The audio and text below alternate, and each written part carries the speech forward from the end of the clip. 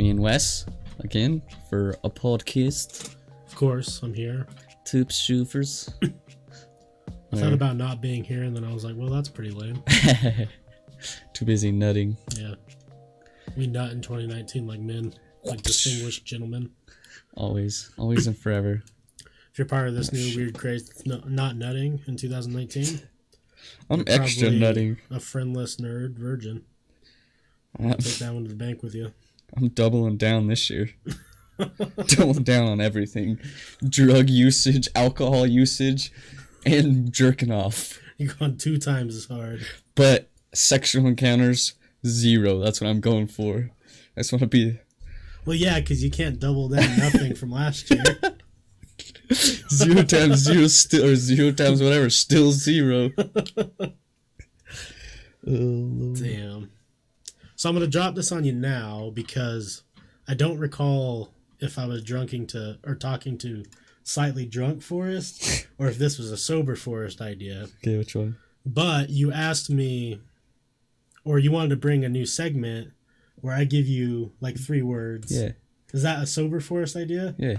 Oh, okay, perfect. Well, I got you 3. Okay, cool. They're pretty similar, and I'm going to let you sit on them for a while before you give me the story. Okay. Right. Desert. Oasis. Desert, oasis. Mirage. Desert, oasis, mirage. So if you guys weren't here for the last one, Forrest asked me to give him 3 random words, and he's going to improv a story for us. So I figured I'd give him... Desert, oasis, mirage. Okay. I figured I'd give him the story or the words now to give him a little bit of time to ponder on those and get back to us on a nice little improv story. I'll do it. I don't know if it's going to be improv regarding us or if it's going to involve Tony Two Shanks or like Wiener Stanley if he's coming back. I'm not quite sure yet, but I think I got a story coming already, but I'll wait. That's what I like to hear. That's quick. Just got an idea of where I can take it. I won't think too much about the story. I just because I'm like a freestyle author. Like, you know, there's people that can only really rap freestyle. Yeah. They suck regardless. I'm a freestyle author. I'm just gonna go into like a movie studio or something and just tell producers, and I'm just gonna make up a story and just pitch it to them. But then I'll just have a stack of papers like I'm reading it to them, and then they're like, "Let me see that." And I'll put it down. And it's gonna be no blank. How are you gonna remember those details? You either write it down now or you forget. You guys are recording this, you fucking idiots. Oh god, yeah. I'll drink like 2 beers or 3. We'll see. I'm trying not to drink too much, 'cause I don't think I get things done. I just get drunk and don't want to do anything when I get home or after this. So yeah, just cool it on the awesome sauce. So I'm not. But do you normally just go to bed after, or is it I just sit around drunk watching movies.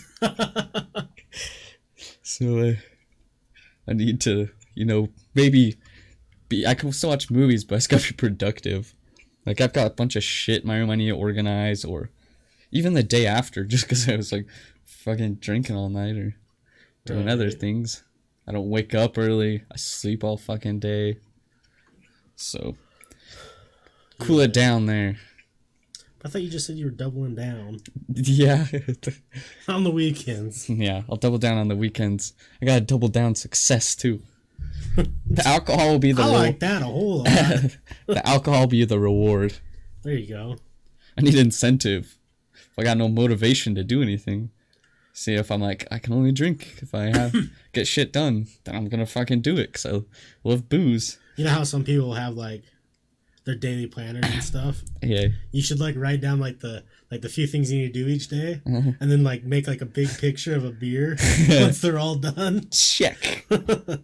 Check that one down. One more check to the beer boys. There we go. It's just gonna be my calendar, and the thing's just gonna say, "Don't get drunk." I have to put a reminder on my phone. Drink less, pal. Do better. Do better. Oh man. So I got a bunch of stuff.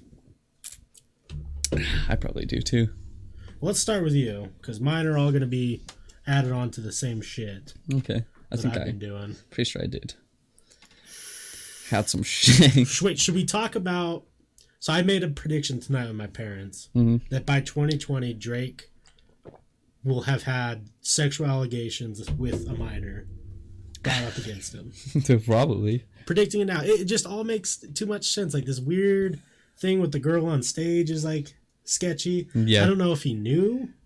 Well, he asked her, remember, he's like, how old are you? And she's like, 17. And he's like, you look like that and you're 17? He's like, I'm not trying to go to jail this early. But then he still holds her more. And then he's like, I did enjoy your breasts against me or something. After he learned she was 17. Yeah, he was it's fucking weird. So. Well, then the whole thing where he was like, besties with Millie Bobby Brown. Yeah. It's just, like, that's just kind of weird. Like, I mean, of course, we don't know the text messages. Maybe she was just a big fan. But still. He's too nice, but... Yeah, it's still weird. Like, there's a point where you're just being, like, a role model. Yeah. And then there's a part where it's fucking weird. Because what is he, like, 34? Something like that. And she's, what, 14, 15?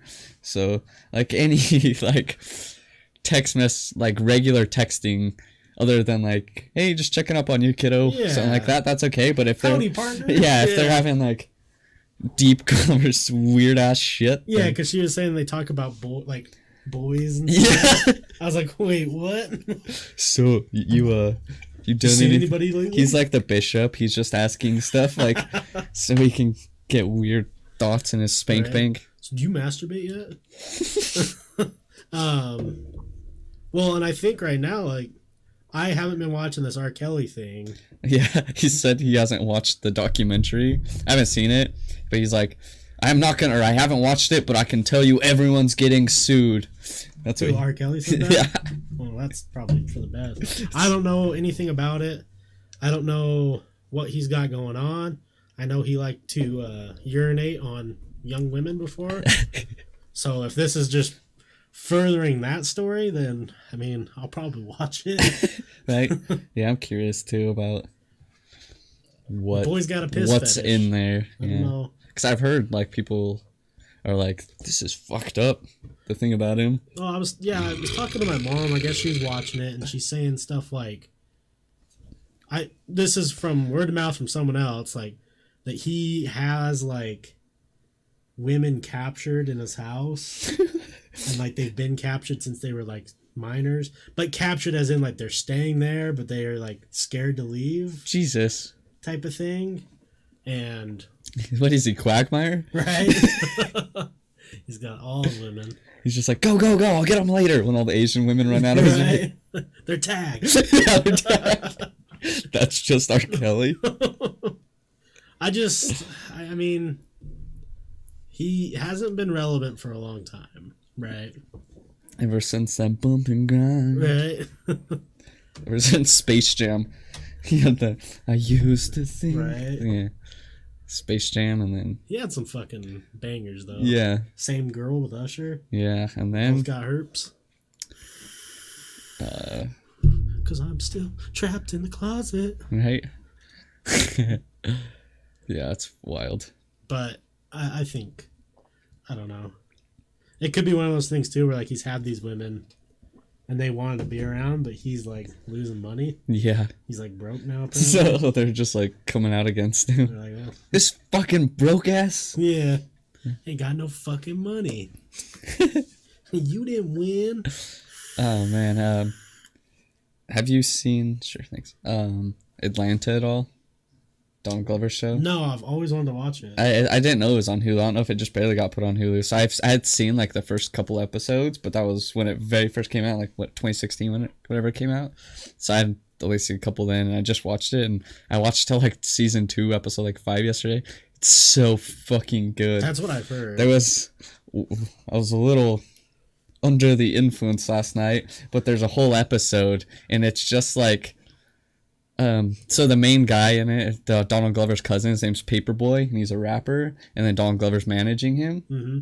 And so Paperboy was on some, it's like Black Entertainment Channel, kind of like TV show, Yeah. and he's on there doing an interview because they said he's like anti-trans or something. Oh, God. So like it'll do that. He'll be on the show, and then it'll go to like commercials like about black people and stuff. Like one of the commercials was for Swisher Sweets, Oh, and then God. they're like, it's kind of like a Dave Chappelle thing. So Yeah. it's Swisher Sweets, and they're like, we love the bold taste of the tobacco, and it's them cutting it out and wiping all the tobacco out of it and stuff.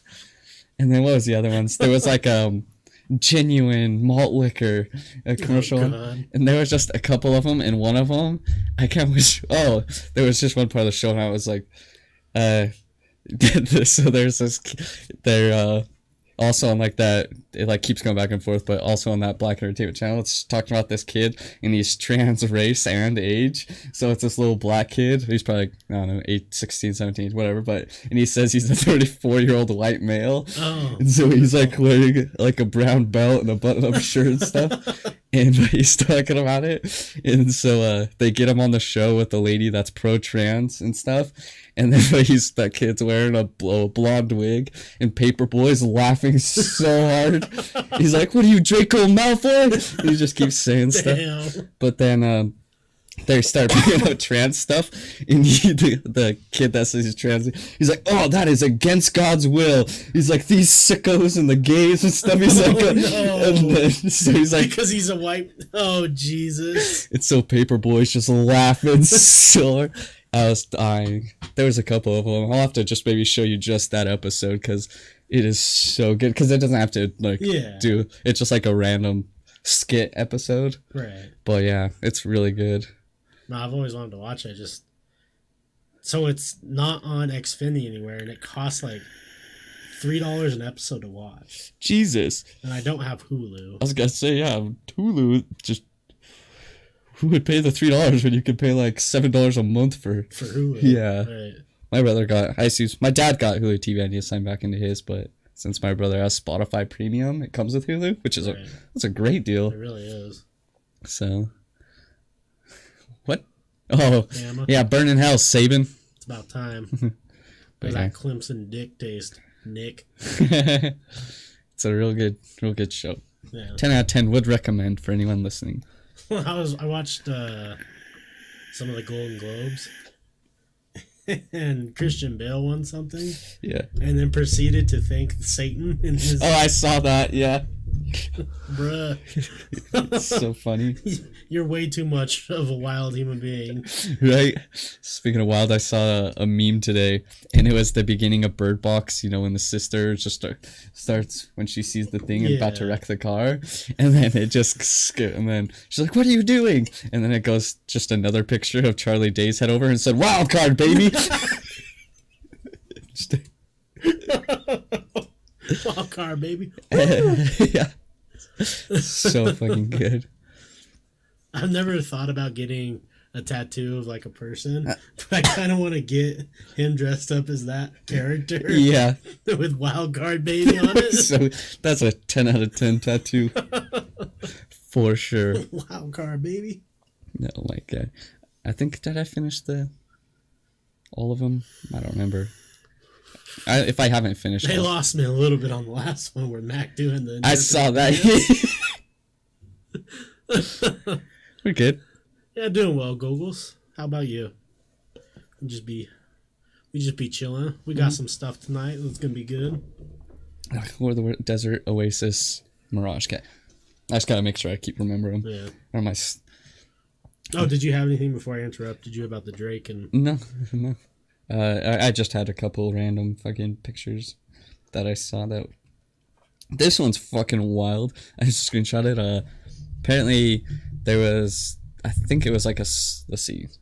Oh yeah, it was a church youth trip. I think kids from the ages of 9 to 14 were on in a van on the way to a Disney trip for their thing, and it got in a wreck and I think killed most of the kids. Oh, Jesus. I was like, fuck. If God's real, that is cruel. You get these little Catholic kids or whatever, anyways, whatever religion they are, going on a church trip to Disneyland, and then you kill them. Wow. That's cruel. It's really showing you who's in charge. He's like, I'm gonna build them up with them and their families.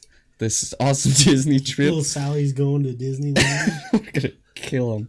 She's got all of her church clothes on, but has a secret little Mickey Mouse shirt underneath. And yeah, this is just psych. I was like, damn. No Grizzly River Rapids for you guys. Yeah. Jesus is wildin'.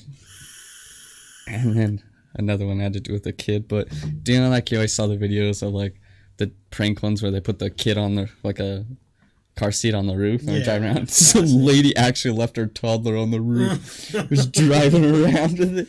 What a winner. Let's see. I hope it's Florida. I don't know if North Carolina. Yeah, it's one of the two. Damn, it doesn't say. I should have kept the whole article, not just the fucking whatever screenshot of the cover of it. Did I have anything else that I screenshotted? Nope, apparently not. I do like this new meme though. It ain't much, but it's honest work. Yeah, I like that one a lot. I was like, I need to make one. When you bust and you keep going for a while, or when you bust in 30 seconds but keep going, and then just it's not much, but it's honest work. It's honest work. Oh god. One of the funny ones I saw was like, when you got small tits and you don't get a boob job or something, it's like, it's not much, but it's honest work. It's honest work. You know, small tits are great too. Yep. You don't have to get a boob job to be popular. Nah. I think giant titties are fucking weird looking anyways when they're big old fake titties. Yeah, fake titties are just kind of... Yeah, like it doesn't match your body, bitch. These things are like little melons on your chest. Yeah. You whore. Well, they either have to be natural and look natural, or you just kind of look stupid. You look out of place. You're a fucking 60-year-old woman with these big old fake titties. You don't gotta lie to kick it. Nope. It's cool. We about your small titties anyways. Yeah. Like Tom Segura calls them, hungry tits. Good name. I didn't watch the Bama game, unfortunately. Wish I did. Just to see that. I just watched the end of it. Just to see how Nick Saban's contract with the Devil has run out. Finally. I just love seeing his face every time, like, Clemson would do something. Yeah. It's like, hey, you liking it. Didn't Clemson win last year, too, though? No, that's for some reason I did. I don't think so. But, yeah. Who knows what will happen next year? I'm sure they'll play each other again. Yep. So I'm going to let you pick where you want to start. Before you switch to Forrest and Football real quick, that poor Bears kicker. Dude, he's going to die one way or the other. Either he's taking himself out or someone's taking the poor guy. He's hit the crossbar 5 times this season. Yeah. I didn't watch a lot of football, but you don't see that like super often. No. And like final play of the game, taking the Bears to the second round where they haven't been in a long time, and he's done. Damn. Yeah. I was like, what a way to... They said it was a block. NFL changed the rule. That it was a blocked kick. That kick looked pretty fucking strong. Yeah. I like how it was good, and then they iced him, though. Yeah. And then he fucked up. Cut that ice real hard. Yeah. What's his name? Mac. What's it? I can't remember his real name, but he posted on Twitter. He said, "I'm truly sorry for the Bears" or something. But he's like, still. And then he posted a picture of, or a gif of him, and it's always saying, he said, "Go Birds!" Yeah, go Birds. What were you going to say? Oh, no, I was going to let you pick what we should do first on the subjects. Okay. Because, I have some paranormal stuff, but it's not just random stories. I have UFO stuff, but it's about the Pentagon admitting to researching UFOs. Yeah. What's up? Project Blue Book or something? Something like that, yeah. A new Reddit No Sleep, which is one of the top ones ever. It says, "I met someone who claimed to be the devil, and I think I believe them." It's the title. More information about the New World Order, and this one is about the annual meeting, the Bilderberg Group, or Bilderberg. Bilder, bird. Yeah, I know what you're talking about. Yeah. I don't know how it's pronounced. Information about that, and of course, we got more sex shop stuff. Okay. Let's start with the no sleep. Okay. So, this was one of the top rated ever on the Reddit no sleep sections. It's from Athouseandrows, Reddit user. Like I said, the title is, I met someone who claimed to be the devil. I think I believe them. It's a pretty long one, so you guys are going to have to bear with me. Oh, I didn't realize it was this long. Whoa. Am I sure? If it's too long, yeah, we could just skip that. Yeah, we'll go with it. You sure? It's supposed to be really good. All right. I need $19.99. I need about $3.50. Need about $3.50. What do you need $19.99 for? What are you trying to buy? Are you TV shopping? They say you're not supposed to TV shop. Baby, use a window shopper. Nintendogs. Well, that's a good thing. Yeah. That's a good way to spend $20. All right, so here's the story. Let me start off by saying that I am not particularly religious. If you asked me if I believed in God, I'd probably just shrug, grunt out a few words about being on the fence about it, and continue with my day. Of course, that was before last night. My friends are the kinds of people who like wild nights, crazy parties, snort a bit of coke, take a bit of E. It's starting to sound real fucking familiar. Maybe hook up with someone and leave a text on my phone at 10 past 2, who the fuck knows, telling me they don't need the ride I'm offering after all. Damn. Huh. Damn. Did I write this story? Not to say I don't like a drink. I do. It's just clubs aren't my style. Lying low in a pub somewhere, drinking ham, listening to the TV drone, on to whatever channel comes scruffy guy in the back barked out for. I guess that's my idea of fun. So when my friends tell me they want to go out for a night on the town, I say sure. I hang out on the first club, buy a non-alcoholic beer in case the car is required, and try to pretend that I'm having fun. By the time I see them grinding on girls, on guys, when they strike conversation with someone who definitely might be a dealer, well, I decide my services are no longer needed. We aren't too far out. The night tube is on Beck and Call, and I can always find my car the next day. Okay. That's when I wander out of the club, look for something a little more rustic. Not that that's hard to find, not at all. I find myself in a bit of a state inside of a bar called the Ragged Feather. Wasn't a fan of the name all that much, but the drinks were cheap, and the largest demographic seemed to be middle-aged men watching reruns of the football. Okay. The football. I tried to pretend I hadn't just staggered out of a club with my ears ringing. I slicked my hair back, slipped my phone into my hand, and wandered over to the bar. I took a double shot of whiskey and drank it in one hit. Just because I wasn't at the club didn't mean I couldn't have a good time. Hell yeah. Tell them. I hung at the bar a while on my own, scrolled through my phone, pretending I was doing something far more impressive than I really was. I kept an eye out for the guys on the sofas. They'd get vocal every now and then. I think the football was just running highlights, but they were incredibly dedicated to their teams. I got another whiskey and bled into the background. Of course, stragglers from the clubs and commonplace, it wasn't long until some scantily dressed women staggered in, laughing, chuckling, pointing for where they wanted to sit. I saw a guy walk in with his hands slung over his shoulder, catatonic, most likely. He threw his friend onto one of the leather sofas, ingrained with beer and smokes, and demanded 2 pints of water and all the peanuts the bar had in stock. The bartender seemed bitterly amused. Some of the girls were taking selfies, Snapchatting their friends who were still at the club. They were ordering shots, gearing themselves up for the next leg of their night.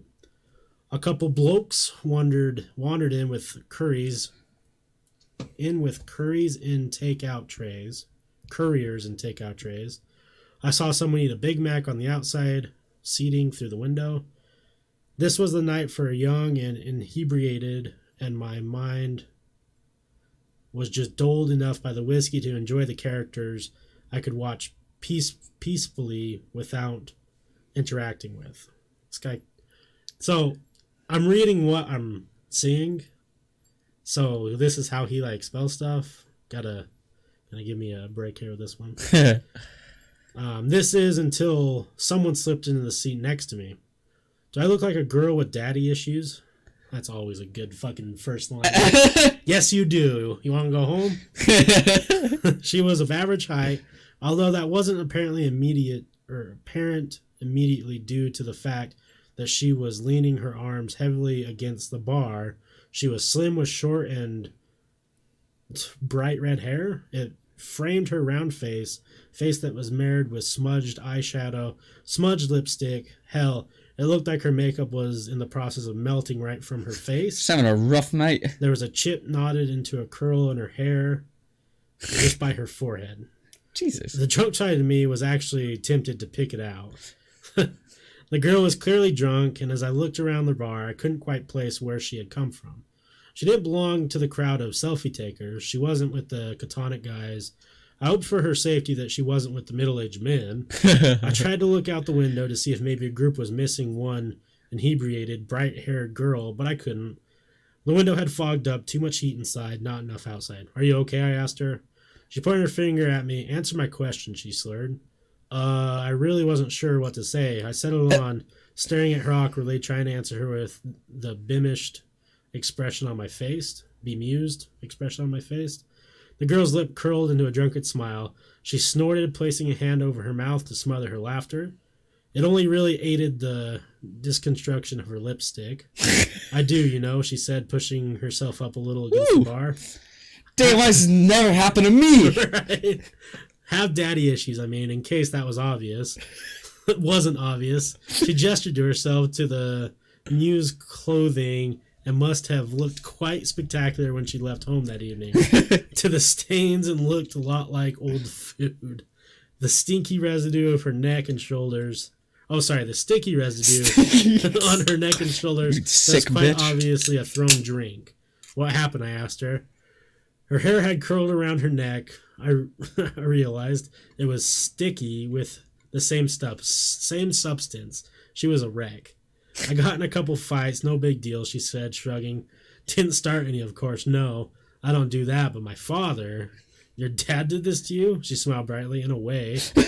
Man, she's a keeper, and by a keeper, I mean... You take her home for the night. I was gonna say, I know it's gonna be wild. Fucking red hair, daddy issues. And... When she brings up daddy issues, I'm like, ooh.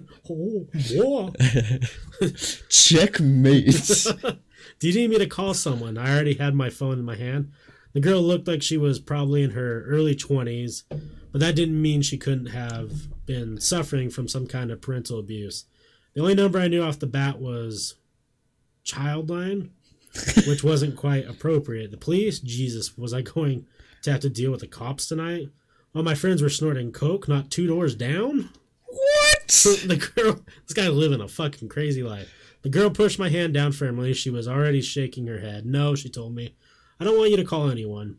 Now her expression changed. It wasn't the attempted sultry look I'd seen on many girls of her state. It was open and wide and engaging. She wanted something from me. I felt compelled to give it to her. I want something else. What do you want? I asked her. To tell you a story, the girl said. Aww. Damn. Get out, witch. Well, okay. Well, you're buying me a drink. This isn't the library. Get out of here. Before glancing to the bar and for you to buy me a drink. Typical. The universe is a pain sometimes, and I'm afraid I think I might have lost my wallet. I laughed. I didn't know this girl. Didn't know where she'd come from at all. My nights were generally about getting comfortably wasted and making sure my friends weren't dead in a ditch by the end of it all. I was used to getting hit on every now and then, but even as I was sat on that bar stool with a drink in my hand, I knew that this wasn't what this was. The girl had no intention of getting into my pants. All she wanted was to talk. Damn. Well, bitch. Time to go find your friends. Okay. Hey. So... My friends are kind of getting fucked up next door. This is awkward, but I gotta go. Yeah. What's wrong with that drink? I guess I was okay with that. What's your poison? I asked her. her lips quirkled. Appletini. The bar offered a very limited cocktail menu, but some miracle was able to order her an appletini from the list. I ordered a cider to go with it, suddenly a little too aware of where this night could go. I'd unthinkably supplied this liquored-up stranger with even more alcohol, and she had clearly had a rough night of it. A part of my old instinct came back, the same instinct that had me texting my friends every few hours to make sure they hadn't wandered off to somewhere dangerous beyond the club.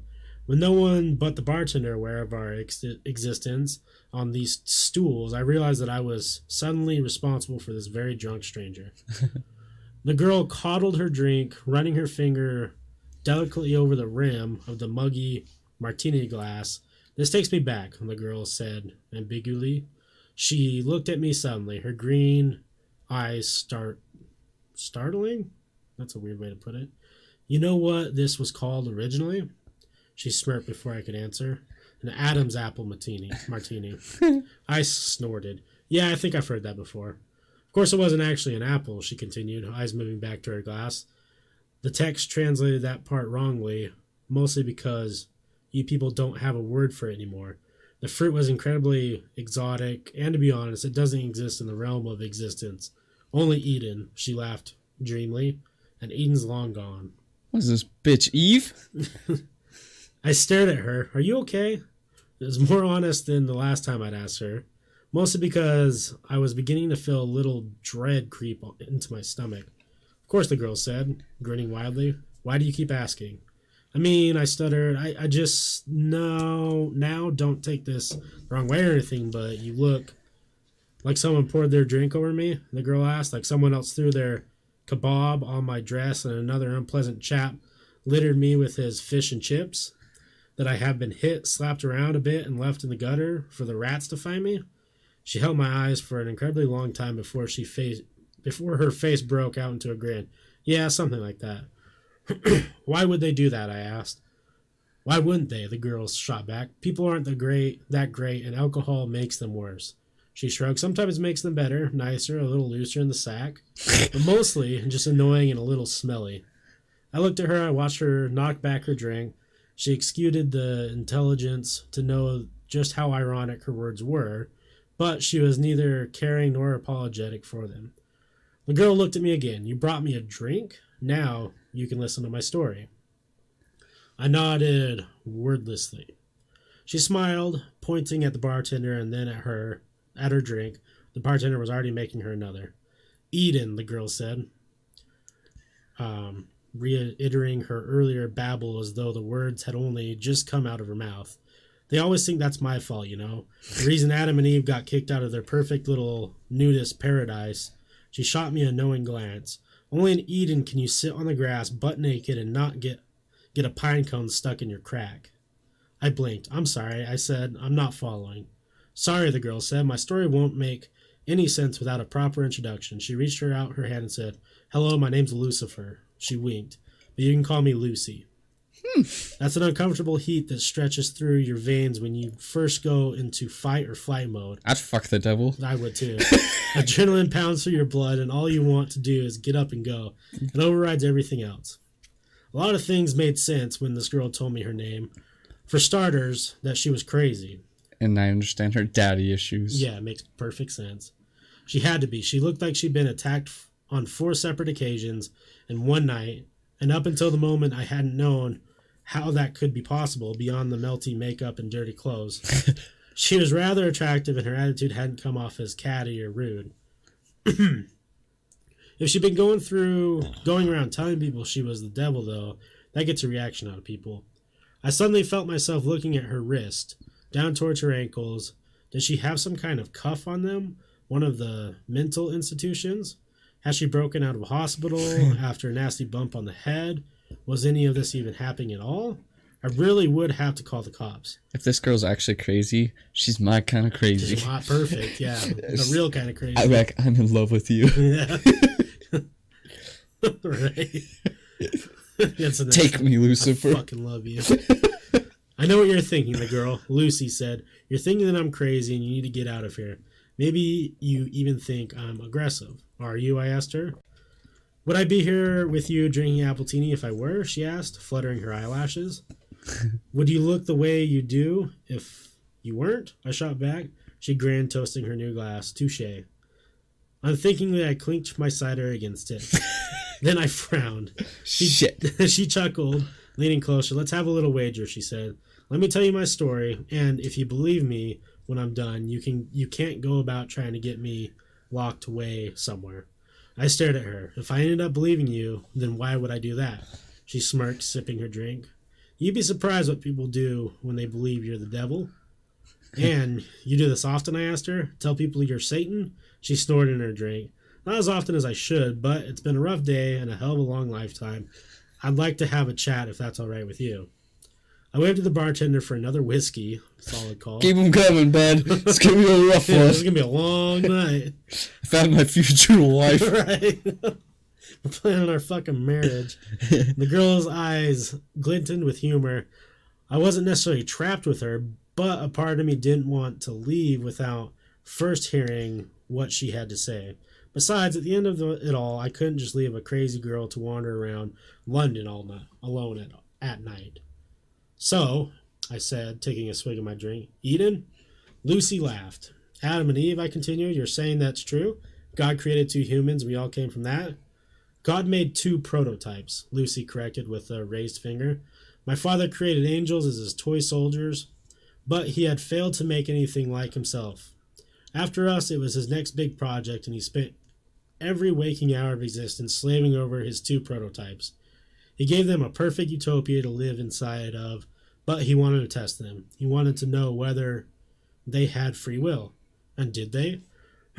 Lucy's face soured. No. My father could never bring himself to go that far. He tempted them with the idea of knowledge beyond their understanding and told them exactly what they could do to claim it as their own.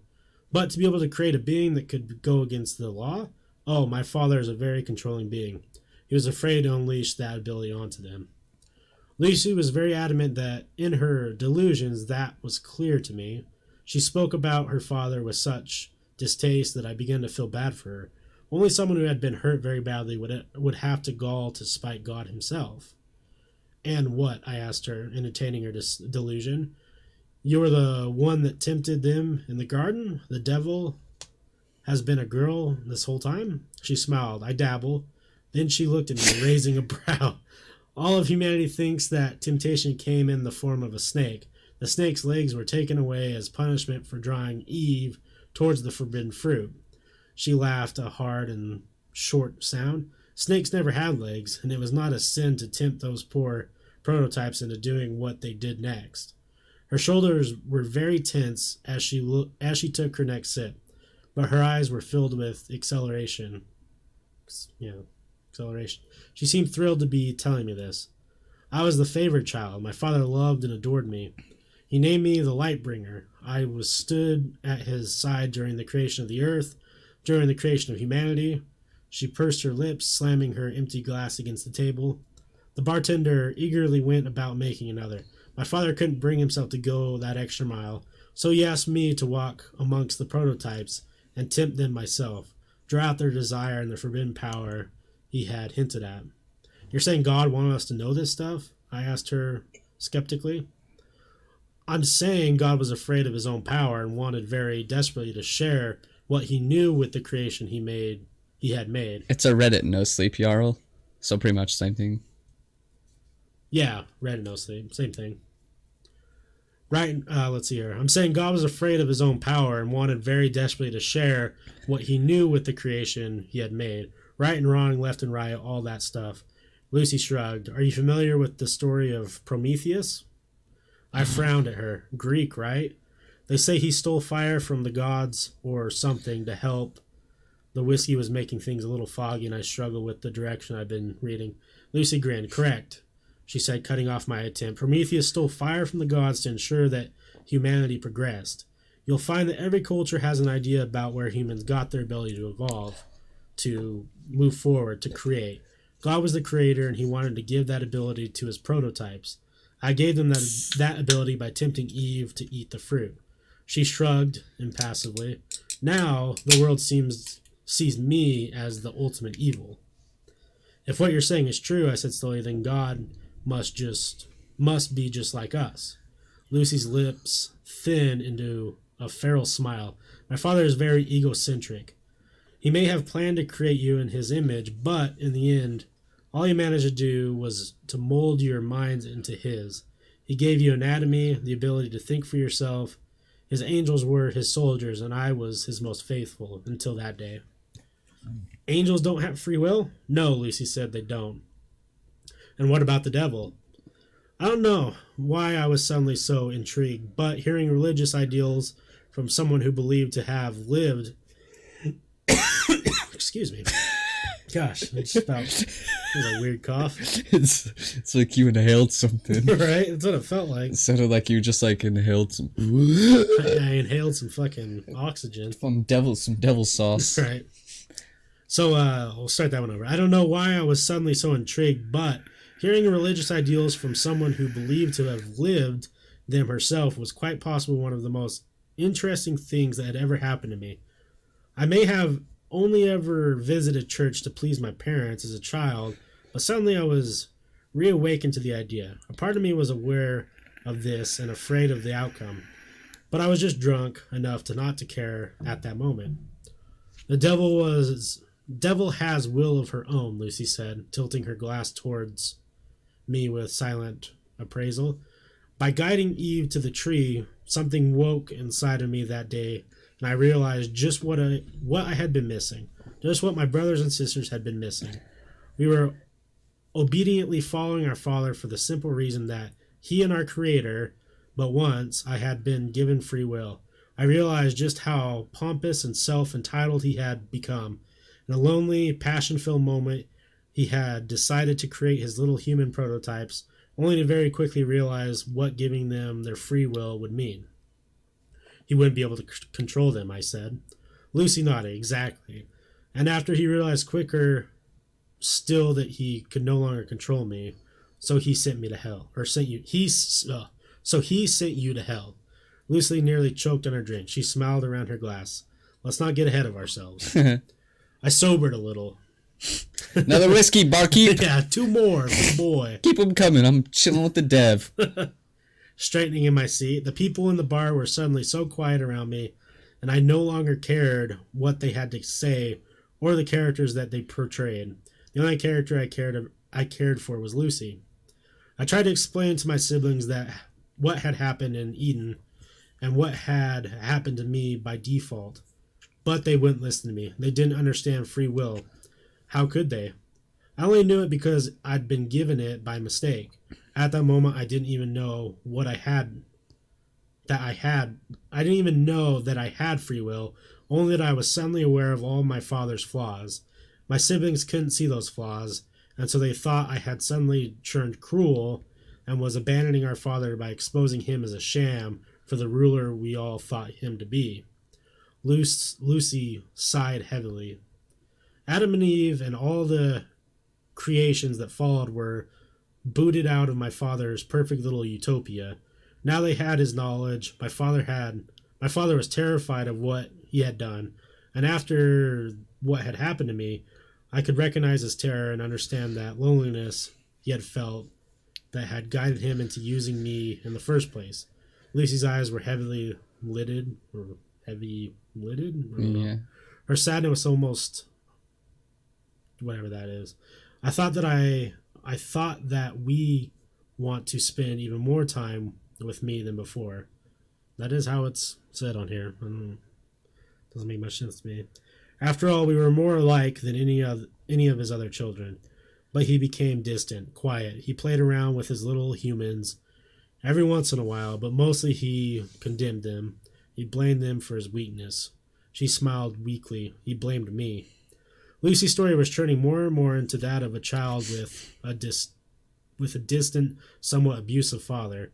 I had known many kids with a background like hers, and now I was beginning to fear just how much of her story was rooted in truth. I'd heard that it was easier to sink into fantasy when you'd been abused, and I wondered if that was the reason for her story, for her description to share it with me, a complete and total stranger. I respected her wager. Whether or not I liked it, I felt compelled to let her tell me her whole story before I tried to judge or unravel it. I sat quietly, letting her come around as she played with the last of her drink. It became clear, Lucy said after a long moment's pause, that I no longer belonged where I was. I couldn't follow my father's plan because I couldn't see what he no longer had one. That he no longer had, yeah. My siblings refused to see reason, and so eventually I was met by many of them, headed by my father. He told me that I feared. He told me all that I feared. He told me that I no longer belonged where I was. I wasn't an angel anymore. I was no longer his light bringer, his Lucifer. I was a mutation of his will, and so he extracted me from grace, and I fell. A long silence stretched between us, only interrupted when the bartender poured us 2 new drinks. Lucy drank hers reflectively. Yeah. I didn't touch mine. I am afraid, Lucy said quietly. This is the part that generally makes people want to punch me in the face. Why, I asked. Because your dad threw you out? I paused, trying to abide to her metaphor. That he put you in hell? Lucy laughed sadly. Humans, my father gave you his way of thinking, and look at you. She shook her head. No, not because he put me in hell. Then why? I fell to earth, Lucy said. Father gave me a dominion of the one place he thought I would fit in. Humans had free will, so did I. What is the saying? A match made in heaven? She snorted dismally. Of course that's not quite right, is it? When I fell, I was faced with a humanity that was so different from my father's little prototypes. Our tone had changed. There was an aggression behind her words that began to unsettle me all over again. Well, I'm just falling more and more in love. I know, right? Do you exist, though? I saw emperors and kings, governments and churches. I saw corporations who claimed to be rulers, presidents with big fat dictators, and I watched. I watched as humanity fought and lost, and finally, they gave up altogether. They were no longer able to rise up to all the greed and control set upon them. There was just too much to change, and humans soon realized they just weren't as free as they thought they were. Sure, they live under the illusion that they have free lives, but most of them simply do not. She clicked her tongue. I grew to loathe you all. Then she took another hit of her drink. I can see what you mean, I said, allowing my gaze for the first time since meeting her, to graze over the other individuals in the bar. And the girls playing with their phones, the boys trying desperately to sober up, the men with their game of football on their telly. We all led very different lives, and we were all here to get drunk, to lose ourselves in entertainment. It hadn't been the first time that I'd wondered what we were hiding from by doing this. And I know then that I wasn't the only person to think it. You hide behind your alcohol and poor choices and pretend you have free will, Lucy said, waving her hand across the room. Stop talking to me. God damn it, Lucy. You picked this story for a reason, didn't you? Your alcohol and poor choices. Forrest, tell us what you really think. Leslie wrote a giant metaphor for me to get my life together. Damn. I wish I was that good. Waving her hand across my room.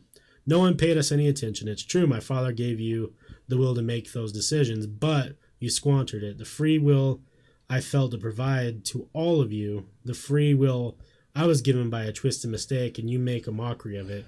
You follow senseless leaders without questioning them. You abide by laws made centuries ago and no longer make sense. You do these things because you have given up on the opportunity to follow the will of your own, not the others. That isn't all of us, though, is it? I asked her, trying for some reason to defend our species from the mad young woman. Because you see it on the news all the time, don't you? People do rise up. We do protest. People can make a difference. Lucy laughed bitterly, nibbling the rim of her glass. Really, she said? You can sit here and say that if you can't be all bad because of a few that refuse to conform, those you call your rebels, they make up for it all. She grinned around her glass. By that logic, I'm the biggest rebel of them all. Am I expected to make up for all your sorry mistakes? By your logic, I said, you should be punishing it, right? If that's what this metaphor is all about, I laughed. I couldn't help myself. I took a sip of my drink. Is this whole story just so you can tell me that you think we're all going to hell? If so, I think I can see why people want to punch you. Jesus! A fucking twat. God. Lucy didn't say a word. Simply, she watched me. It felt unnerving to have someone like her watch me like that, with an intelligence that went beyond anything I'd come across and gone midnight in a seedy bar. The drunkenness in her eyes was no longer present. Her face wasn't flushed like before, and even her makeup couldn't represent the mess I'd seen when she'd first appeared in the stool by my side. It was like I was looking at someone else entirely, and I was afraid. Let's review what you said, Lucy said slowly. She wasn't slurring. Had she been slurring before? You think I'm going to tell you that humanity is going to hell because you refused to use the gift I gave you? Her nails curled in the bar. My father may have been the one to guide me, but I paid for his mistakes. I am the one responsible for your will in the eyes of your species. But that was never true. You're responsible for what you do here, not me. She pursed her lips, tapping the bar as the bartender filled her drink again. Tell me, do you remember my mentioning hell at any point during my story? Or was that just you? I opened my mouth to answer, but something faltered. My lips trembled, and I slammed them shut.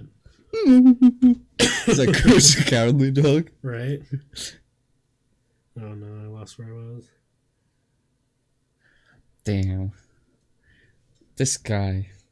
I opened my mouth to answer, but but something faltered, yeah.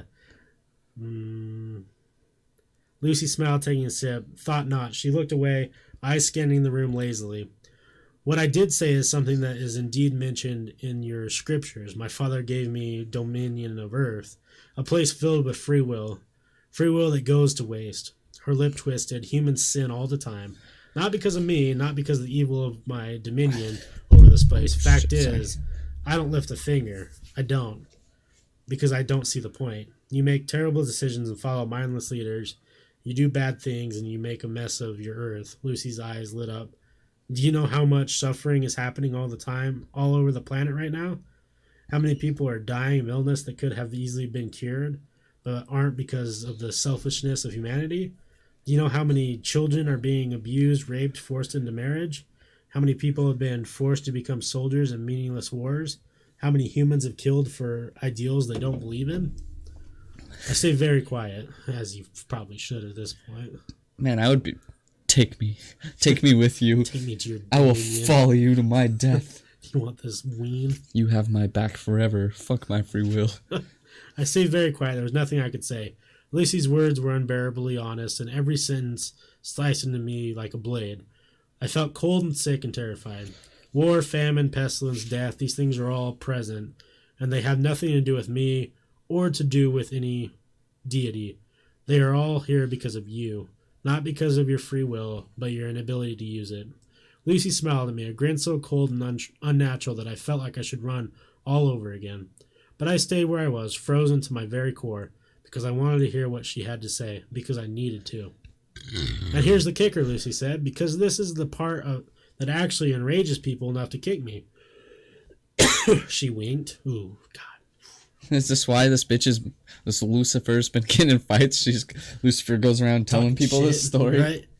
Hell isn't what happens after you die. Hell is right here, right now.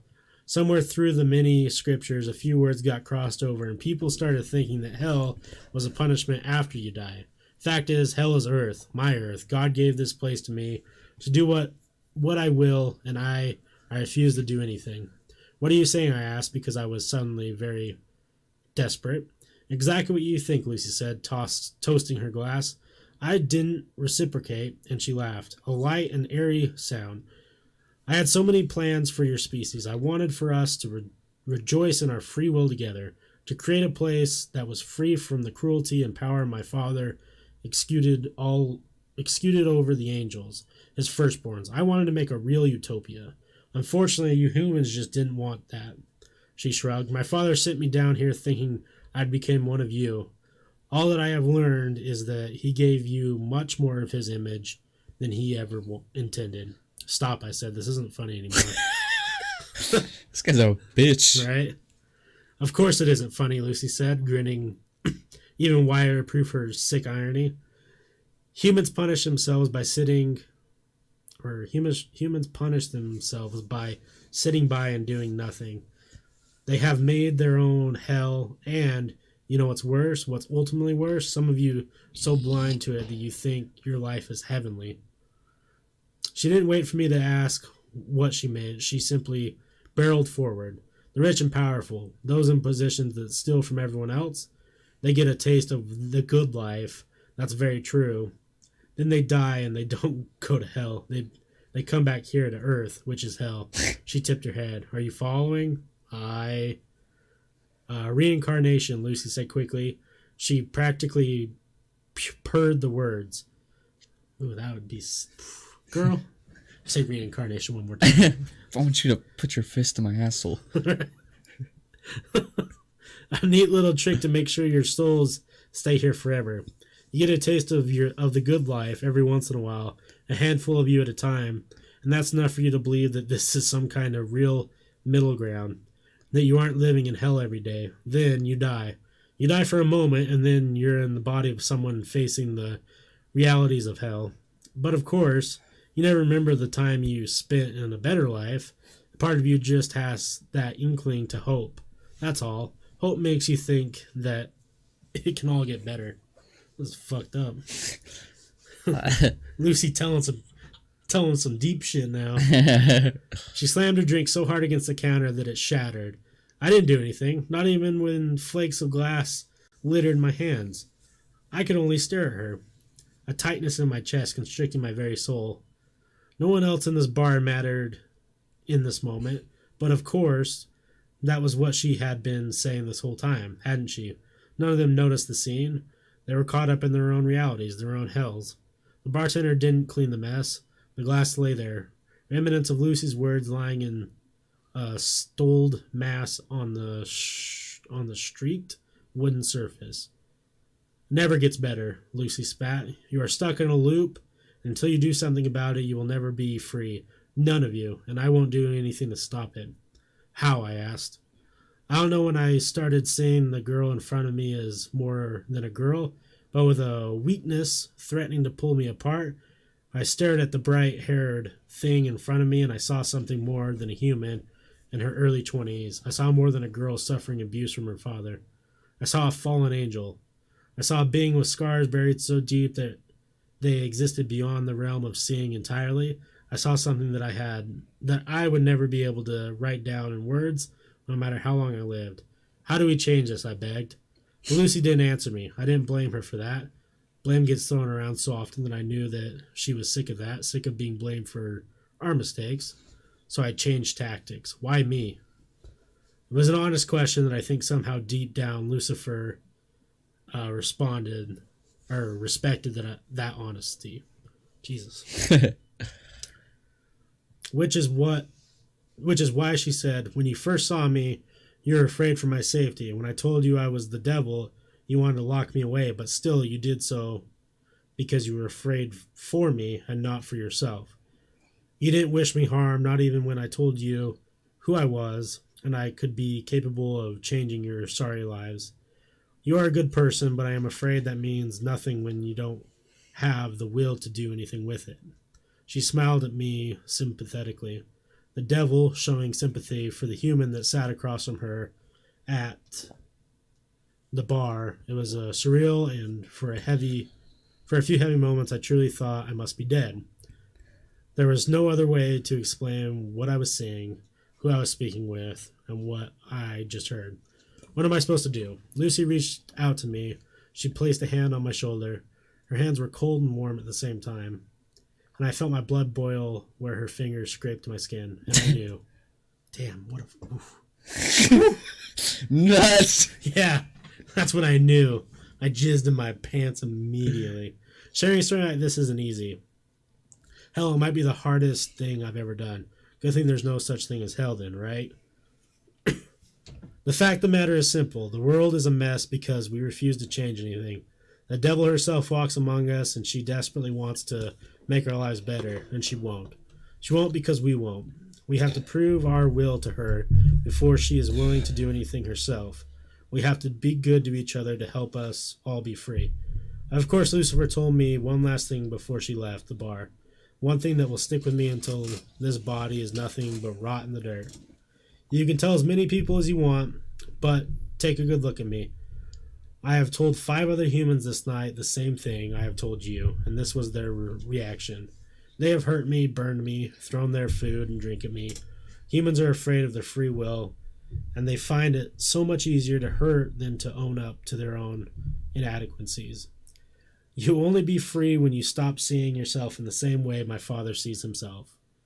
So that's what I'll leave you with. Lucifer won her wager that night, and I let her walk out the door. And I beg you to do the same. If the devil approaches you one night, listen to what she has to say and listen to what I have been able to tell you of our meeting. The devil is real, and she doesn't want to torture us. Now, we do that just fine on our own. Damn, what if this whole story was not just a story? If it was their way to get it out to the world? On fucking Reddit, man. Yeah. Damn. Lucy, come see me, baby. Lucy and the dog. Please. Torture me. Come tell us the... No, you're not torturing humans, but will you torture me, Lucy? Right? I'm into it in a different way. Tell me about how much you hate your father. Oh. The devil exists just on Reddit. What's up, Yarrow? Hey. Sorry, I was trying to get through all that before saying what's up, so I didn't break it. Yeah, how you been? Devil is Reddit. Shit. I wish I was the devil. That's not good, dude. That's never good. Oh, fuck. It'd be so cool if we were just at a bar and The devil approached me? redhead. You think she was thick? Oof. 3 C's? Yeah, I hope so. Someone told me the devil has some nice old tickle bitties. If I see that same like description of a person at the bar, I'm just gonna pull the Nicolas Cage and Ghost Rider. Just Right? it's just some girl that's having a rough night, and it's just me across the bar, wide-eyed pointing.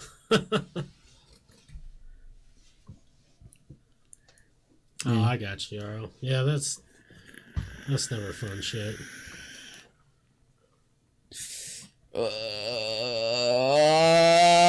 I know you stopped smoking for a while. Are you back smoking? Sometimes that can help, I think. I've heard. I don't know, maybe. Man, a lot of people, weed is like, you failed at quitting. It's like an antidepressant. I feel like it's the opposite for me. I'm just down when I smoke. Really? Just, ugh. Not at the time, but like days to follow, it just... Right. Fuck. Just real fucking bummer. Weed is the devil. I was right all along. It's opening my eyes to this fucking bullshit. And then The Lucy. yeah. The Lucy, baby. Get into your veins, Lucy.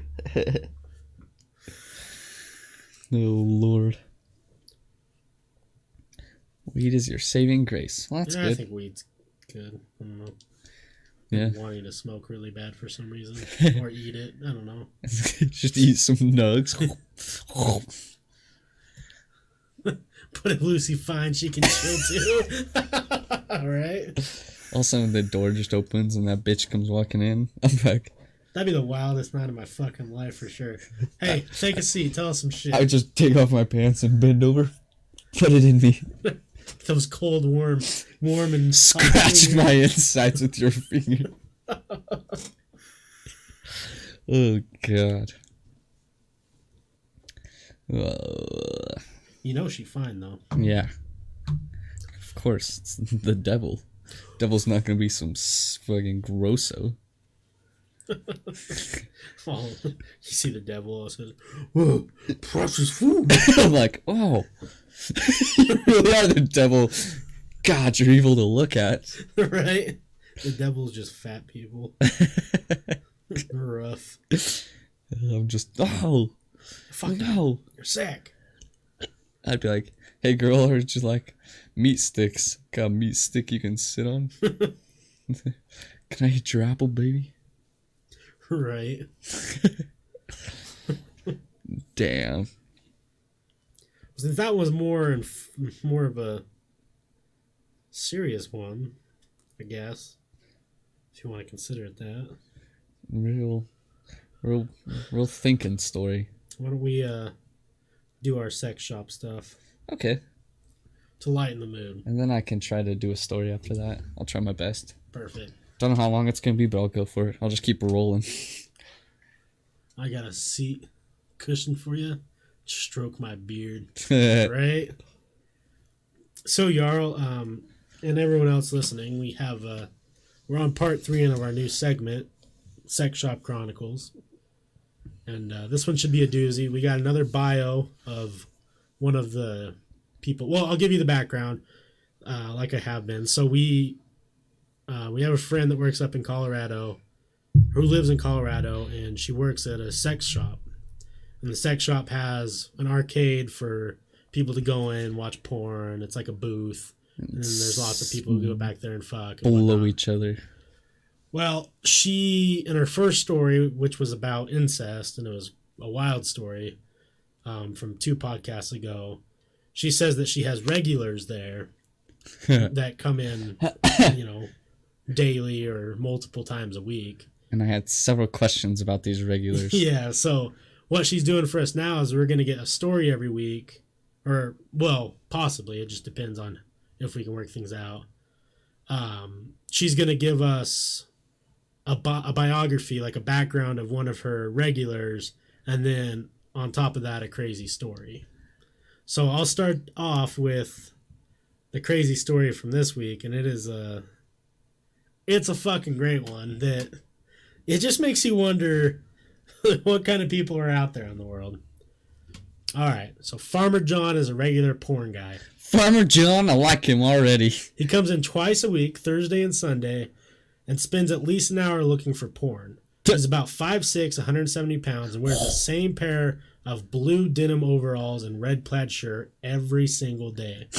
Hence the name Farmer John. I didn't even have to change his name for this bio because not one single person that I work with knows his real name. Everyone literally just calls him Farmer John. The only porn that he will purchase is interracial porn. Everyone has taken to leaving any interracial porn we get in our shipments to the side for him to go through before we put it on the sales floor. If we don't do this and he finds a new release on the sales floor, he will investigate until he finds out who did it. He's a bitter asshole about it too. If you don't put his porn to the side, he will refuse to talk to you for weeks. He's one of two people that will special order porn for. That we will special order porn for.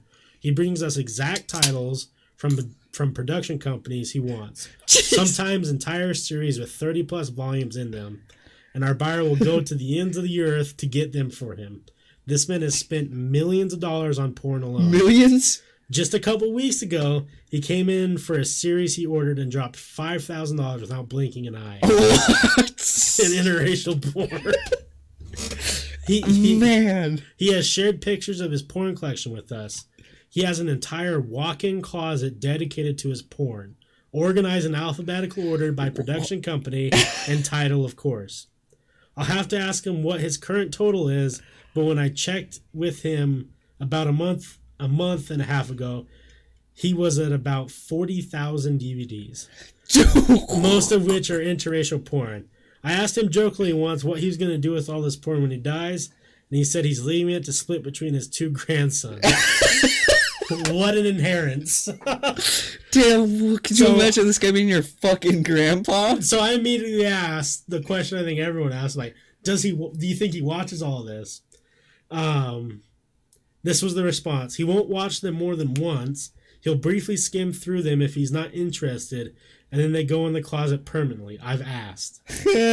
So this is just a hobby for him. It's like collecting buttons. that's kind of what I think. I think he just like somewhere along the line he started collecting this and has just never stopped. Yeah. 40,000 DVDs of porn. That's fucking crazy. Doesn't he know there's the internet now? That's what I was saying. You never heard of Amazon? Bro can get like free porn indefinitely. That's why I don't think it's really for the porn. Yeah, It's got to be collection. Because there's people that do that DVDs. I don't know, man. Everyone's got their thing. Interracial. I don't know. Apparently that's what he likes. Yeah. Oh, I didn't say that. I asked her too. I was like, well, like what type of interracial? And she says that his personal favorite is bi-interracial. Bi-interracial? And she said, do you know how fucking hard it is to find bi-interracial porn? So is it like threesomes? I guess. How do you know they're bi? I was going to say, this is the beginning. I like men and women. Right. And then goes to have sex with one person. I guess. So then here's the story. Now these stories aren't linked to the customers, from my understanding. These are just two separate things going on. Man, I need to have this fucking guy on the podcast. Farmer John? Jesus I need to know what his top 10 favorite porn scenes are. I need this guy to come talk to me for hours on end. And if he's a bitter asshole, I'm gonna fucking, it's gonna be hilarious. Jesus. Right. So here's the story. The store that I work at is open 24 hours, 365 days a year. We have 3 different shifts, midnight to 8 a.m., 8 a.m. to 4 p.m., and 4 p.m. to midnight. Usually we will only have one person on the shift. Sometimes we'll get lucky and have a janitor with us to get double coverage, but it's rare. This story didn't personally happen to me, but it happened to my coworker, and it was honestly too great not to tell. My coworker Alexis was working by herself on the 4 p.m. to midnight shift. This is our money-making shift, and we were pretty consistently have people in the store at all times. So there's customers there almost the whole shift. Yeah. Luckily for her, that shift was uncharacteristically dead. At one point in the night, Alexis had no customers in the store and was in the employee restroom doing her business. When we use the restroom, everyone pretty consistently leaves the door open since we are alone in the store, and it's in our stock room where only employees are supposed to be able to access. On this specific night, Alexis left the door open, as usual, and that ended up being a huge mistake. As Alexis was sitting on the toilet, a man came barging in the stockroom and walked in on her mid-piss. Once he realized what had happened, he seemed to be shocked and kept apologizing to her. Alexis said it was fine, shut the bathroom door, and assumed that the customer had left the stockroom to go and wait in the store. When she finished doing her business, she went back to the sales floor, but the man who had busted in on her was nowhere to be found. She assumed the man, in his embarrassment, had left the store before she had come out of the bathroom, which makes sense to me. Yeah. About 45 minutes later, Alexis was helping a customer, and the man who had walked in on her came out of the stockroom. When she confronted him about what he was doing in the stockroom still, he ran out of the store. Our stockroom is honestly the size of a closet, so how he managed to hide in there without Alexis noticing him when she came out, I don't know.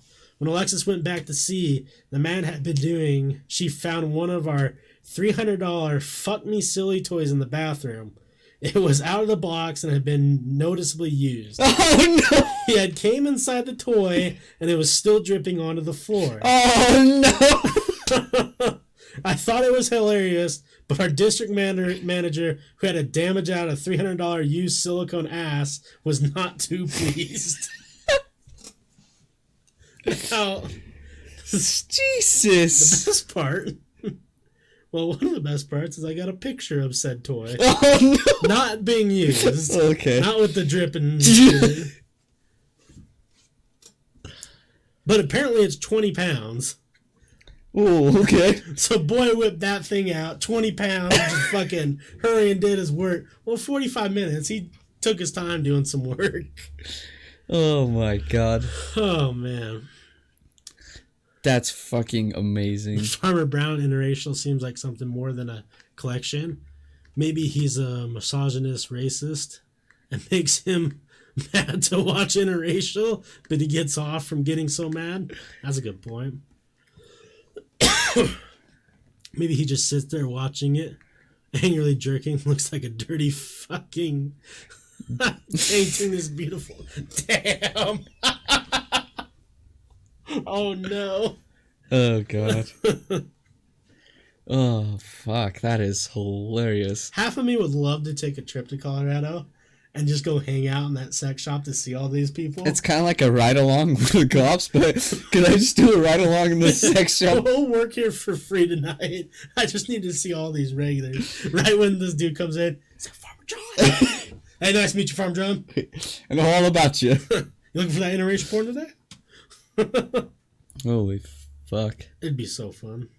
That's amazing. I'm dying to see what these people look like. Yeah. Just these first two. I think I could picture Homeboy. Farmer John? Yeah. I don't remember the dude from the first one. Steve or something? Yeah. My friend Mary works at a sex shop. Sometimes I go there and just hang out. Dude, I bet it's the most, like, you see the strangest characters. Now, I remember, I forgot, I was going to say this last time, but we got off on a different tangent.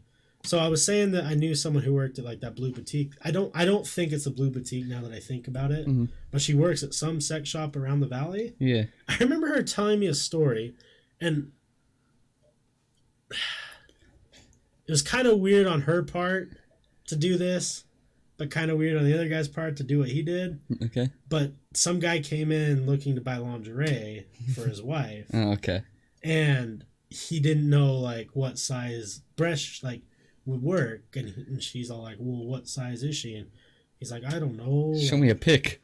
34B, baby. I can tell from a mile away. So she let him fill her tits okay. to kind of like get an idea. And then the guy just kept touching him. Like he would like look at one and he's like, I don't know, and then grab hers. That happened multiple times. Yeah, like, hold on. This one?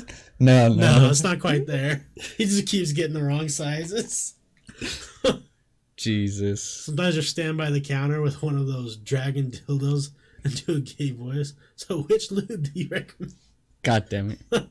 Those bad dragon things are fucking hilarious. Yeah. I really was going to buy one and bring it in for like, to put it on the table. Make a lamp out of it? Like, because it's hilarious. They are so expensive. Yeah, way too much. Way too expensive for a joke that might. I still want to get one of those suction cup dildos just so we can have some pranks with it.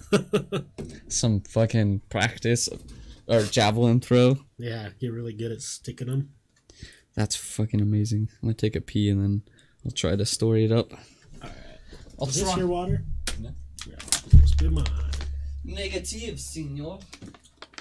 Or if a dude tries to hit on her, I'll walk up with a strap on like, hey, babe, this one would fit me better.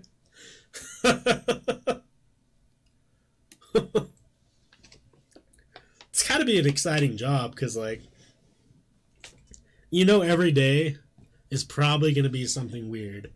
And I'm about weird. I like weird stuff. I feel like there'd never be a dull moment going into work. Obviously, because the girl that we're in contact with, I believe she has plenty of stories for us. So it should be... I'm excited to hear this as they progress. She's pretty hot, so she gets hit on a lot. I have the most fun with that part. Well, yeah, I imagine working in a sex shop and you're attractive would be frustrating. Fuck that. The girl that we're talking to says if she was a hoe, I think as she put it, there'd be many opportunities. Oh, I bet. It's a sex shop. I was just thinking, if we ever come into some real money, what I want to do, I want to pay someone to go. It would take so much time, and that's why I'd give them a lot of money. But to go through and make a whole compilation video of every time I have to go pee. All right, I'm gonna have to pee. Just all right. Just like a fucking 45-minute clip. All right, gotta pee. I'll be right back. I gotta pee. It's just the longest thing, and it's like the awkward time of whoever has to sit here. Yeah. All right, I'll be right back. Gotta pee. Just me constantly going to the bathroom. Yeah, this is why we need to start getting some like really dedicated people, like dedicated fans who just like randomly really like what we do. I was gonna say, yeah, because sometimes, like, when I'm drinking enough beer, it's like 2 times an episode. Like, right? So it's just, yeah, I gotta take a pee. Half of it's just me running. Those are the best when you set up like a sprint and you just book it. Because I bet, like, it'd be a real good clip, just all the different ways, and every time that I come back, that'd be real wild. That would be a good one. Half of it would be me dancing, walking. Like, look at the moves. So, anyone out there got some free time on their hands? Yeah. I would love you. Who are we talking about? What? No, me. Like, the P, like, what the? Oh, the one you're always talking about? Just a chick that works at a sex shop that he knows? I was like, what do you mean? Alrighty. I'll try here. I'll try my best. So, the new thing we're doing is I'm going to try to make up, just fucking tell some story off the top of my head of just like I told him bring 3 words, and then I'll just try to make up a story using those 3 words. Yeah. And today it's desert, oasis, and mirage. I figured since it's the first one, I would mix 3 words that are kind of like, could easily mix together. I think they're not going to get used in the way you think they're going to. That makes me even more excited. Okay.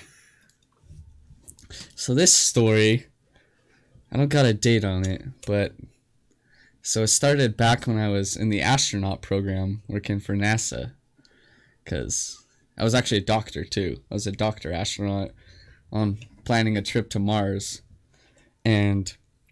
So I had done all my astronaut training, and I was actually about to take a trip to space so my body could get used to it. So we were in Nevada, about to do this trip to space. But so everything's going fine, you know. We're in this space shuttle about to take off.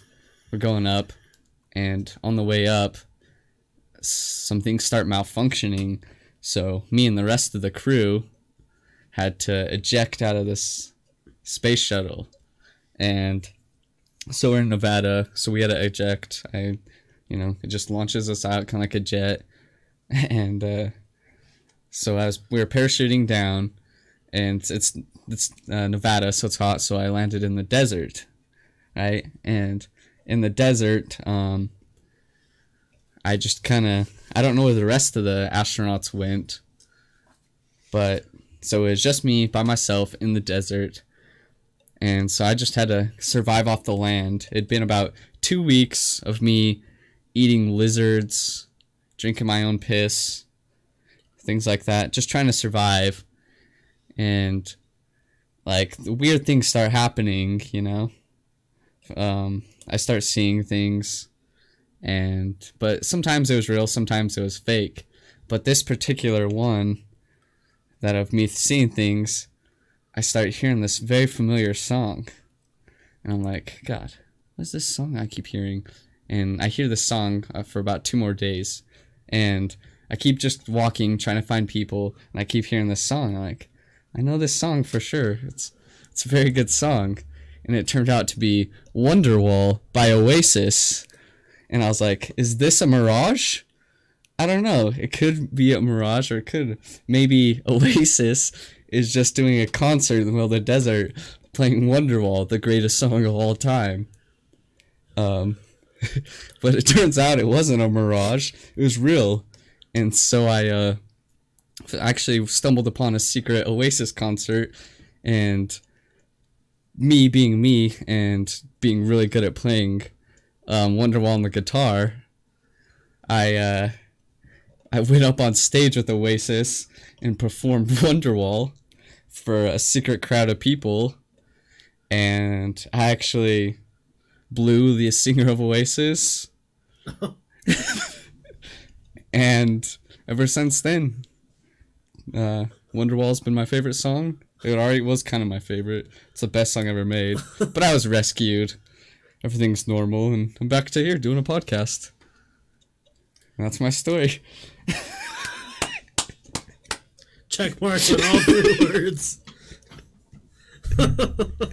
Man, you even fit in some ejectocitos. Gotta love that. Oh, Officer Ding Dong V2. Is this politics? No. Unless your politics considers debating whether Wonderwall's the greatest song. Trump 2020? I don't know. Kanye 2020, if you ask me. Yeah. I want The Rock and Oprah Winfrey 2020. Damn. I want The Rock and Oprah Winfrey to fuck. Damn, I want that sex tape to come out. They make some powerful babies. While Trump's filming, in the background you hear China. China. Blast that bitch to China. Put your shoulders in it. I know everything about shoulders. He's like, yeah. You should use the cum wall. No one knows more about cum walls than me. Donald Trump. Damn, The Rock gonna be 47. His life events. So you guys want the destruction of America? I mean, it's already here, right, my guy? I want the destruction of America to come from... Well, Oprah Winfrey's twat to be destroyed by The Rock. Yeah. That's what I really want. My destruction of America comes from... I don't know. Maybe Muggles? Fucking Muggles? Damn, they're always about. Always trying to cause fucking problems. Yeah, they don't even know magic, dumb idiots. You'd think they had learned one day. And these fucking hybrid mudblood motherfuckers. No, this isn't a political thing. We just like clickbait. Yeah. No, we're just fucking edgy. We're just edgy. Minus the teenage part. I'll be socialist or Democrat if the person on the show's not. Yeah. Oh, yeah. Depending on the guy. Depending on who the guest is for the evening. Yeah, just so I can be a douche, I'll argue whichever side they're not. Yeah. So. Because our real political views don't mean anything. Mm. My opinion's nothing. I shouldn't persuade anyone. Everyone should have their own opinion. Right. Exactly. But you dirty fucking to be a douche, snowflake. Yeah, to be a douche though. Someone comes on here being a big libtard snowflake. I'll go full conservative. But if they're gonna come here and be conservative, I'll do fucking opposite. Fucking Nazis, racist motherfuckers. I know. Like the night we were doing which political party we fell under, you were being such a fucking cunt. I know. Every time I'm around Mitch, I just do that character to him. Just to be a fucking dick. That's a cute little emoji. Yeah, is that Garfield? What'd you walk into? Well, you walked into... This is whatever you want it to be. Yeah, you tell us, friend. Kaleidoscope bear. I'm actually going to tell you guys some urban legends. Yeah, let's hear it. Because we've been doing some paranormal stories that I come across on the internet. And I figured I'd hit some Japanese urban legends because there's some pretty fucked up ones. So the first one is called the Red Room Curse. And what it's about, I'll just read the whole entire thing. The story centers on the idea that a cursed pop-up will appear on a random victim's computer. The pop-up is just an image of a door, and a recorded voice will ask, "Do you like the Red Room?" The pop-up will continue to appear until the voice can finish its question, even if it's closed. Those who see the pop-up are later found dead. The walls painted red with their own blood. The story began as a flash animation short about a boy who was cursed and died after seeing the pop-up. In real life, the pop-up is set to appear on the user's computer at the end of the video. The video status as an urban legend was cemented when it was discovered that an 11-year-old murderer who committed the Sasebo slashing, the killing of her 12-year-old classmate, had the video as a bookmark on her computer. Okay. So kind of a weird little creepy thing that 11-year-old did murder someone, and in the back, for some reason, she had Salty. This red room thing as a bookmark. Okay. No one knows why. red rooms are real, my dudes. Do you know stuff about the red rooms? Tell us more. Yeah, I don't know shit about it. Because I just looked up basic information on some urban legends. The second one that I only have 2 for today, but I'm not going to be able to pronounce this in Japanese. It's the Kuchisake Onna, or in English, the slit mouthed woman, which is a super, yeah, it's a super popular urban legend. A lot of people know. So Kuchisake Ono is a rather disturbing legend surrounding a seemingly ordinary woman wearing a surgical mask, as though, as though to protect others from catching her cold. She appears before those walking alone at night, usually children, and asks, "Am I beautiful?" If you answer no, you are killed with a pair of scissors. Kuchisake Ono carries. If you answer yes, she takes off her mask to reveal her grotesque grin, mouth that has been slit from ear to ear. "How about now?" she will ask. She will kill you if you say no, and cut you an identical smile if you say yes.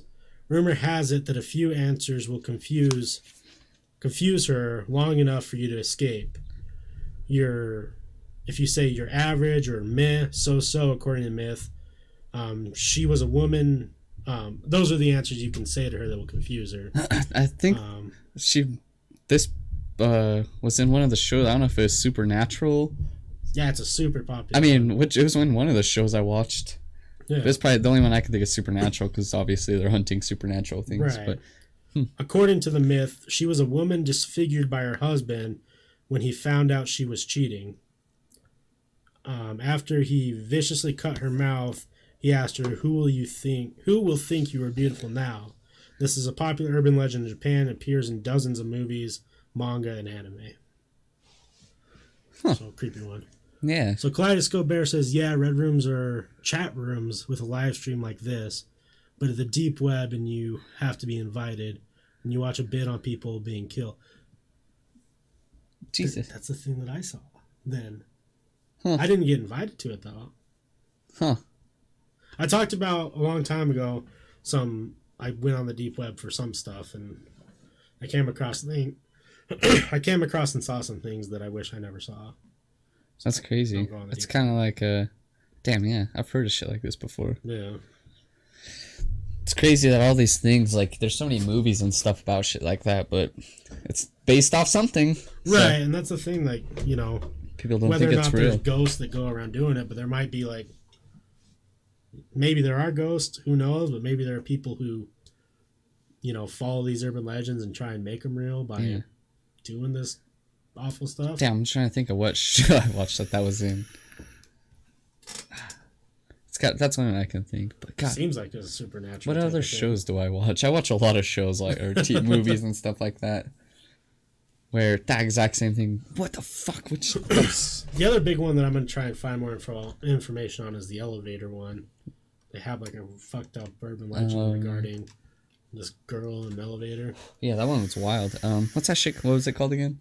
That slit face woman. Let's do that. I'm sure I'm pronouncing not pronouncing it right. This is how it's spelled. Okay. Well, I was just trying to see. Oh, it's right there.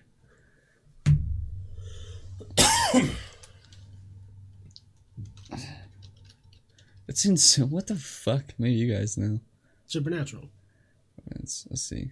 But no, that's just a young couple slashed.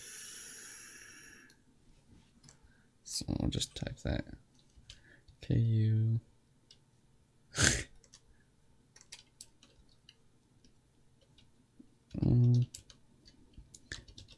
It's gotta be.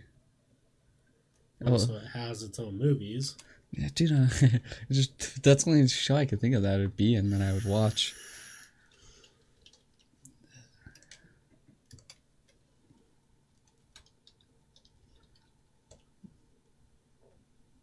I don't know.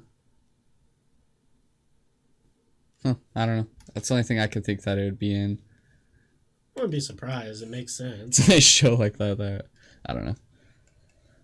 Yeah, dude, they're real and just not a place to go if you want to keep yourself not crazy. Yeah, absolutely. Hey, cool American Flavor 1. Hey, welcome back, man. Long time no see. How you been? Dude, tell us about the red room you saw. Can't really talk about it on Twitch. Needless to say, I saw 2 people die. And the deaths weren't... It just wasn't good.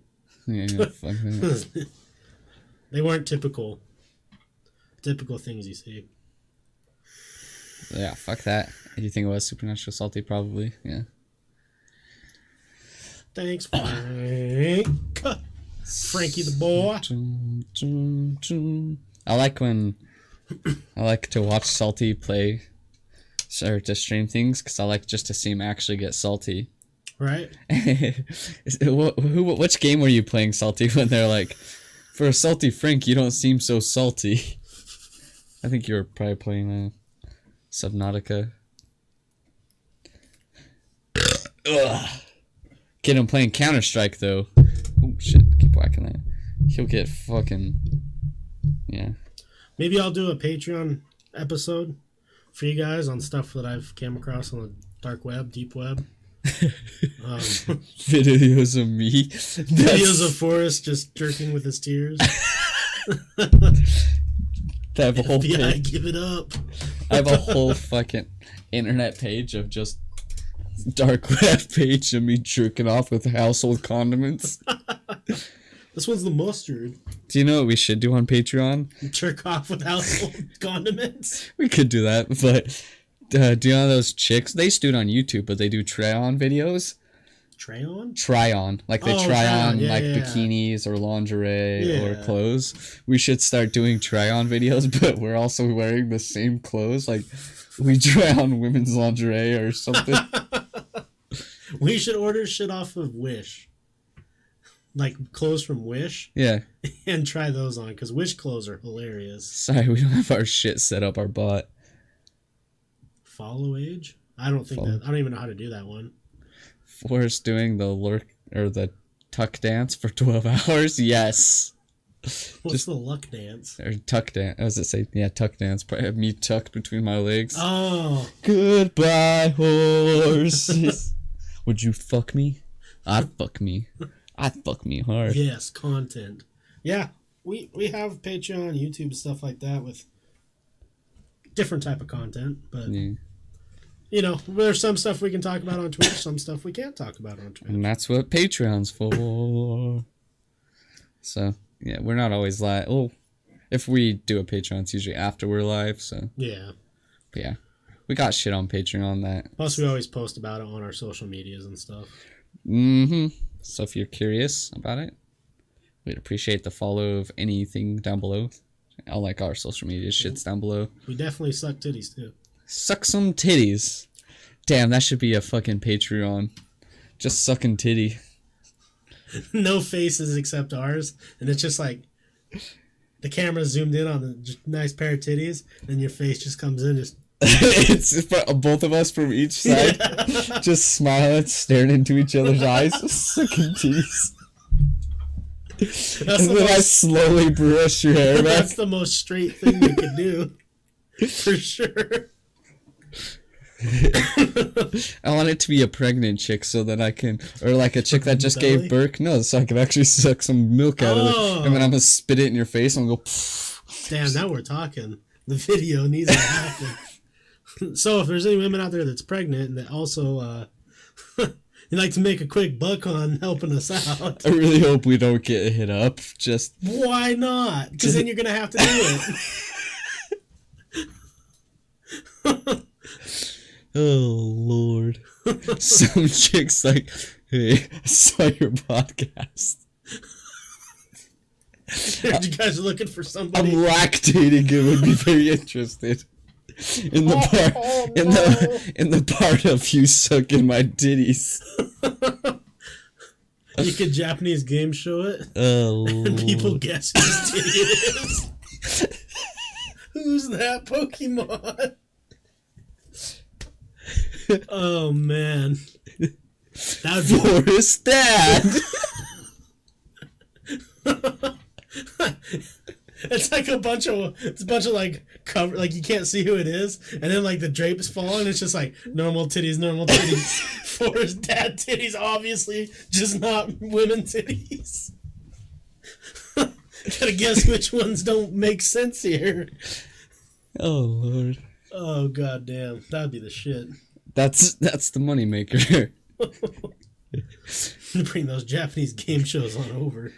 To start doing real good. Fuck. Those Japanese game shows get intense though. Some are fucked up. Where they fuck and try and guess who the people are. And, What? Yeah. I saw one on something where a gay dude was blowing a straight porn star because he said no man can make him come because he was straight. Oh, fuck. I was like, that's fucking. That's an interesting. The fact that you're willing to let some dude blow you kind of shows me maybe you're not completely straight as you think you are. Right? That's his whole thing. Yeah, no gay man can make me come. Bet. You can go ahead and try. It always ends up being guys for all of them, right? Yeah, it just drops the curtain on the tits, and then once we're done trying to guess who it is, drops the curtains on their faces, and all of them are just men. Oh, God. Oh. Did you see the translation of fucking Japanese game show? No. And did not see that. Is it good, Salty? Lord. Yeah, some of those shows are wild, though. They're very entertaining because they just get away with anything. I love the one where they lube everyone up and get them in, like, skin-tight, like, latex. Yeah. And they have to climb up, like, this, like, staircase. Yeah. That's all also lubed up. Oh, yeah. Just to see them slide all the way down. Yeah, and they take each other out and stuff. So good. Those are some classic game shows. Alright, so I got a couple more things. Okay. I have the New World Order. New stuff about that. New stuff about the unsolved mystery of that guy's murder up at the Salem prison. Or I thought I had one more. Oh, that's actually it. Yeah. Damn. Oh no, there's a UFO one too. Whatever works for me. I'll do the UFO one. So this one's just kind of more, this isn't necessarily a UFO sighting that's happened, but it's actually some information that has come out recently about our government and their involvement in UFOs. Wait, hold on. Before you start that, so he literally meant fucking Japanese game show. One of them was his mom, the other was his sister, and the third was his fiance, if I remember correctly. Oh, jeez. No way. How did they get all these people to agree to that? That's gotta... Japan, come on now. That's not okay. Damn, okay. Well. That's bad. Oh, okay. I'm just like, so there's my Sweet Home Alabama. Right? He picks his sister every time. Every single time. All right, so the latest UFO news. Well, this isn't. I don't know when this broke, but it says the Pentagon has admitted it ran a secret program tasked with investigating sightings of unidentified flying objects or UFOs. Yeah, I think that's Project Blue Book. Yeah, although the Advanced Aviation Threat Identification Program ended 5 years ago, so AATIP ended 5 years ago. When U.S. defense officials shifted attention and funding to other priorities, it remains unclear if it had continued to investigate sightings of mysterious vehicles. For sure. The program ran from 2007 to 2012, so this isn't Blue Book. This is a new one. Well, yeah, I don't know. You keep talking. I'm going to look up which one this one is. Because I know they kept changing the name of it. Yeah. But yeah, you can keep talking. So the program ran from 2007 to 2012 with $22 million in annual funding, which was hidden in U.S. Defense Department budgets worth hundreds of billions of dollars, the New York Times reported. Initial funding came largely at the request of former Senate Democrat leader Harry Reid, the Nevada Democrat long known for his enthusiasm for space phenomena. The newspaper said most of the money went to an aerospace research company ran by Robert Bigelow. Of course. So people that don't know who Robert Bigelow is, he's an aerospace engineer. And if you guys have heard of Skinwalker Ranch, I don't know if it still is for sure, but so it was this fucked up, like the stories were fucked up UFO sightings, fucking shapeshifter stuff like that. And when the family put it for sale, that aerospace engineer Robert Bigelow, which he just mentioned, bought it. And we've been there. Yeah, we've been multiple times. We've live streamed from Skinwalker Ranch too. A billionaire entrepreneur and longtime friend of Mr. Reed.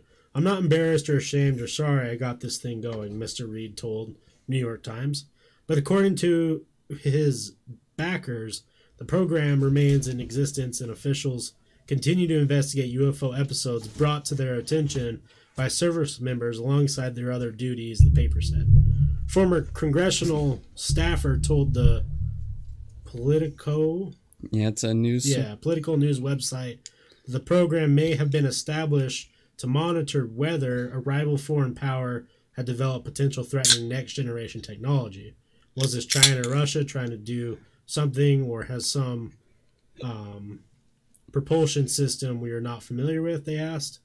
The Pentagon openly acknowledged the fate of this program.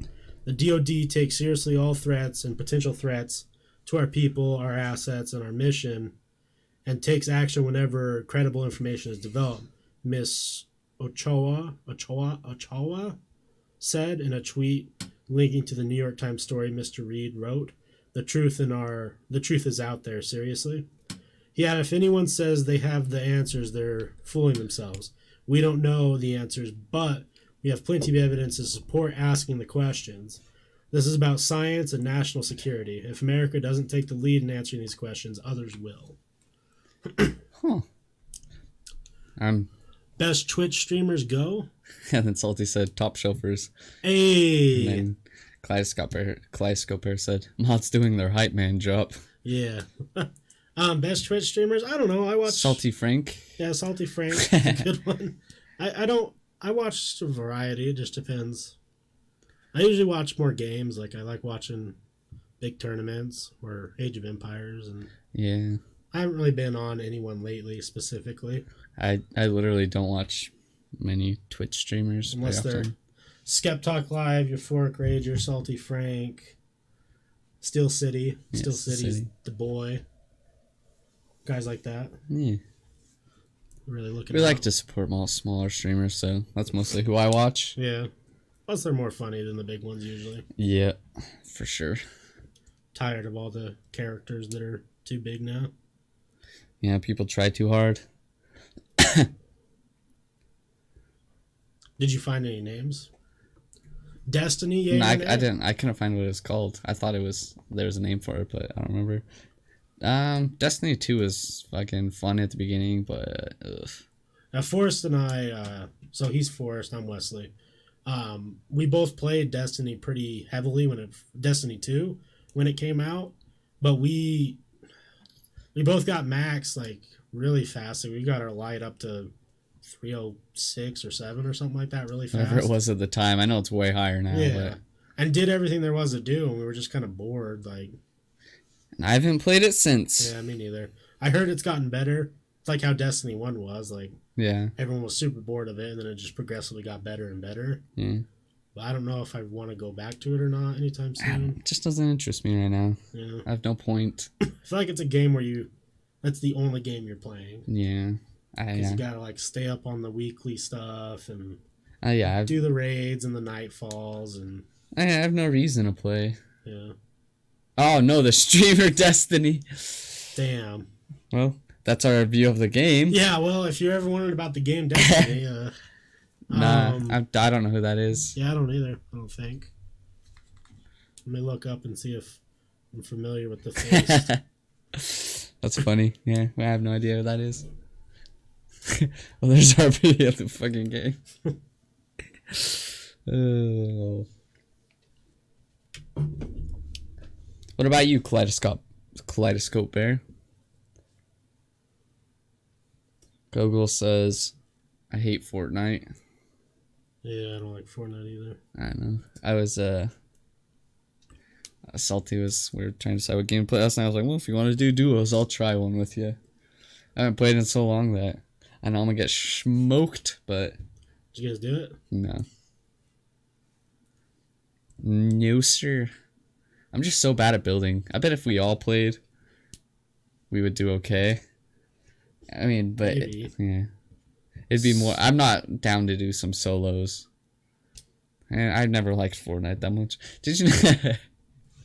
Seems like a huge streamer. I don't know. Never seen him before, but yeah, me neither. I heard this. I was watching this video just of fucking ninja rages, and I didn't know that they're like no skins or usually awful players or something and stuff like that. I thought it was so funny. I was like, oh, so me? I'm not buying a fucking skin. Is that them trying to promote for I don't know, Epic maybe Games to buy skins? Well, the guy that was made the video, you can tell he had never been popular before. Because he said his goal was for 5 likes, 5 video likes. He's like, if I can get, or it might have been less too. He may have said 1 or 2, but it was like 5 max. Like, if I could get 5 likes, I would really appreciate it, guys. So if you could like it. And then his video had 500,000 views. Damn. So you could tell it was like him just making this video. Right. And then he just kept like he wasn't really advertising or anything. He was like self-promoting and stuff like that. Yeah. He's like, and then obviously Ninja took off, so he got big. Yeah, I was like, that's so funny. No views and. I just don't know what it is about Fortnite. I don't know. Just not my cup of tea. Me neither. Mine's just a building. That's my only thing. But then again, I suck dick at fucking PUBG too. Yeah, me too. I feel like I'd be good at the Call of Duty one. Because I was good at Call of Duty. I'd rather play the Call of Duty or PUBG any day of the week over Fortnite, though. What do you think about people who post their birthday on social media? That's cringy. Like, they say it's my birthday? That's super cringy. Don't do that. It's my birthday, motherfucker. I do see a lot of people do that, actually. Yeah. They'll like, nonchalantly say something about it. It's their birthday. I only found Destiny the streamer because I was looking up the game on YouTube. Oh. Destiny is the big left-wing homie on Twitch. As far as the game, I played year 1 to 4. But I agree, it's less. You put most of your time into level cap. It's not fun. Yeah, I agree. But the streamer's cool. I might have to check him out. Yeah, never. I'm always looking for cool streamers. Like, yeah. You know, I'm always open to meeting them. Or, well, not meeting them, but watching them. I'm down to meet them, too. Yeah. What's up, dude? You ever do a podcast before? Hello! Yeah, hello! That's all I say, then I leave. Yeah. Who the fuck was that guy? Was he wearing a UFO abducting a Sasquatch shirt and hat? So I was so Sundance Film Festival. We live in Utah. For people listening that don't know, we live in Utah and we have Sundance Film Festival. You guys probably heard of it, but so I was looking at like passes today and stuff because like now a lot of the stuff is you have to have a credential pass, like right. And so I was just looking at that today and I was like thinking about buying it or so there's pretty much it'll be a 2020 fucking trip for us to do that though. Like I was because they have like locals passes and stuff like that. Right. Pretty much everything's sold out. Like the one is $300 and you get 10 or 20 movie tickets and then you get 2 credential passes, so $150 each and you see all those movies. I was like, that'd be cool, like if we did that, yeah, that would be fun. Go up because then we can go to all the fucking VIP shit with all the celebrities, hang out, live stream it, go see 10 movies, whatever, or between the two of us. And so, but it's sold out, like everything. Jesus. Yeah. Like, there's some of them are like $3,000 for some of this stuff. I mean, I'm sure you would meet people. Yeah, for sure. But, I don't know. I was like, that's cool. Guess it's another free year of going up. I've never had a problem. We've seen tons of concerts up there when I go, so. And I've gotten into VIP shit before without having the credentials. But.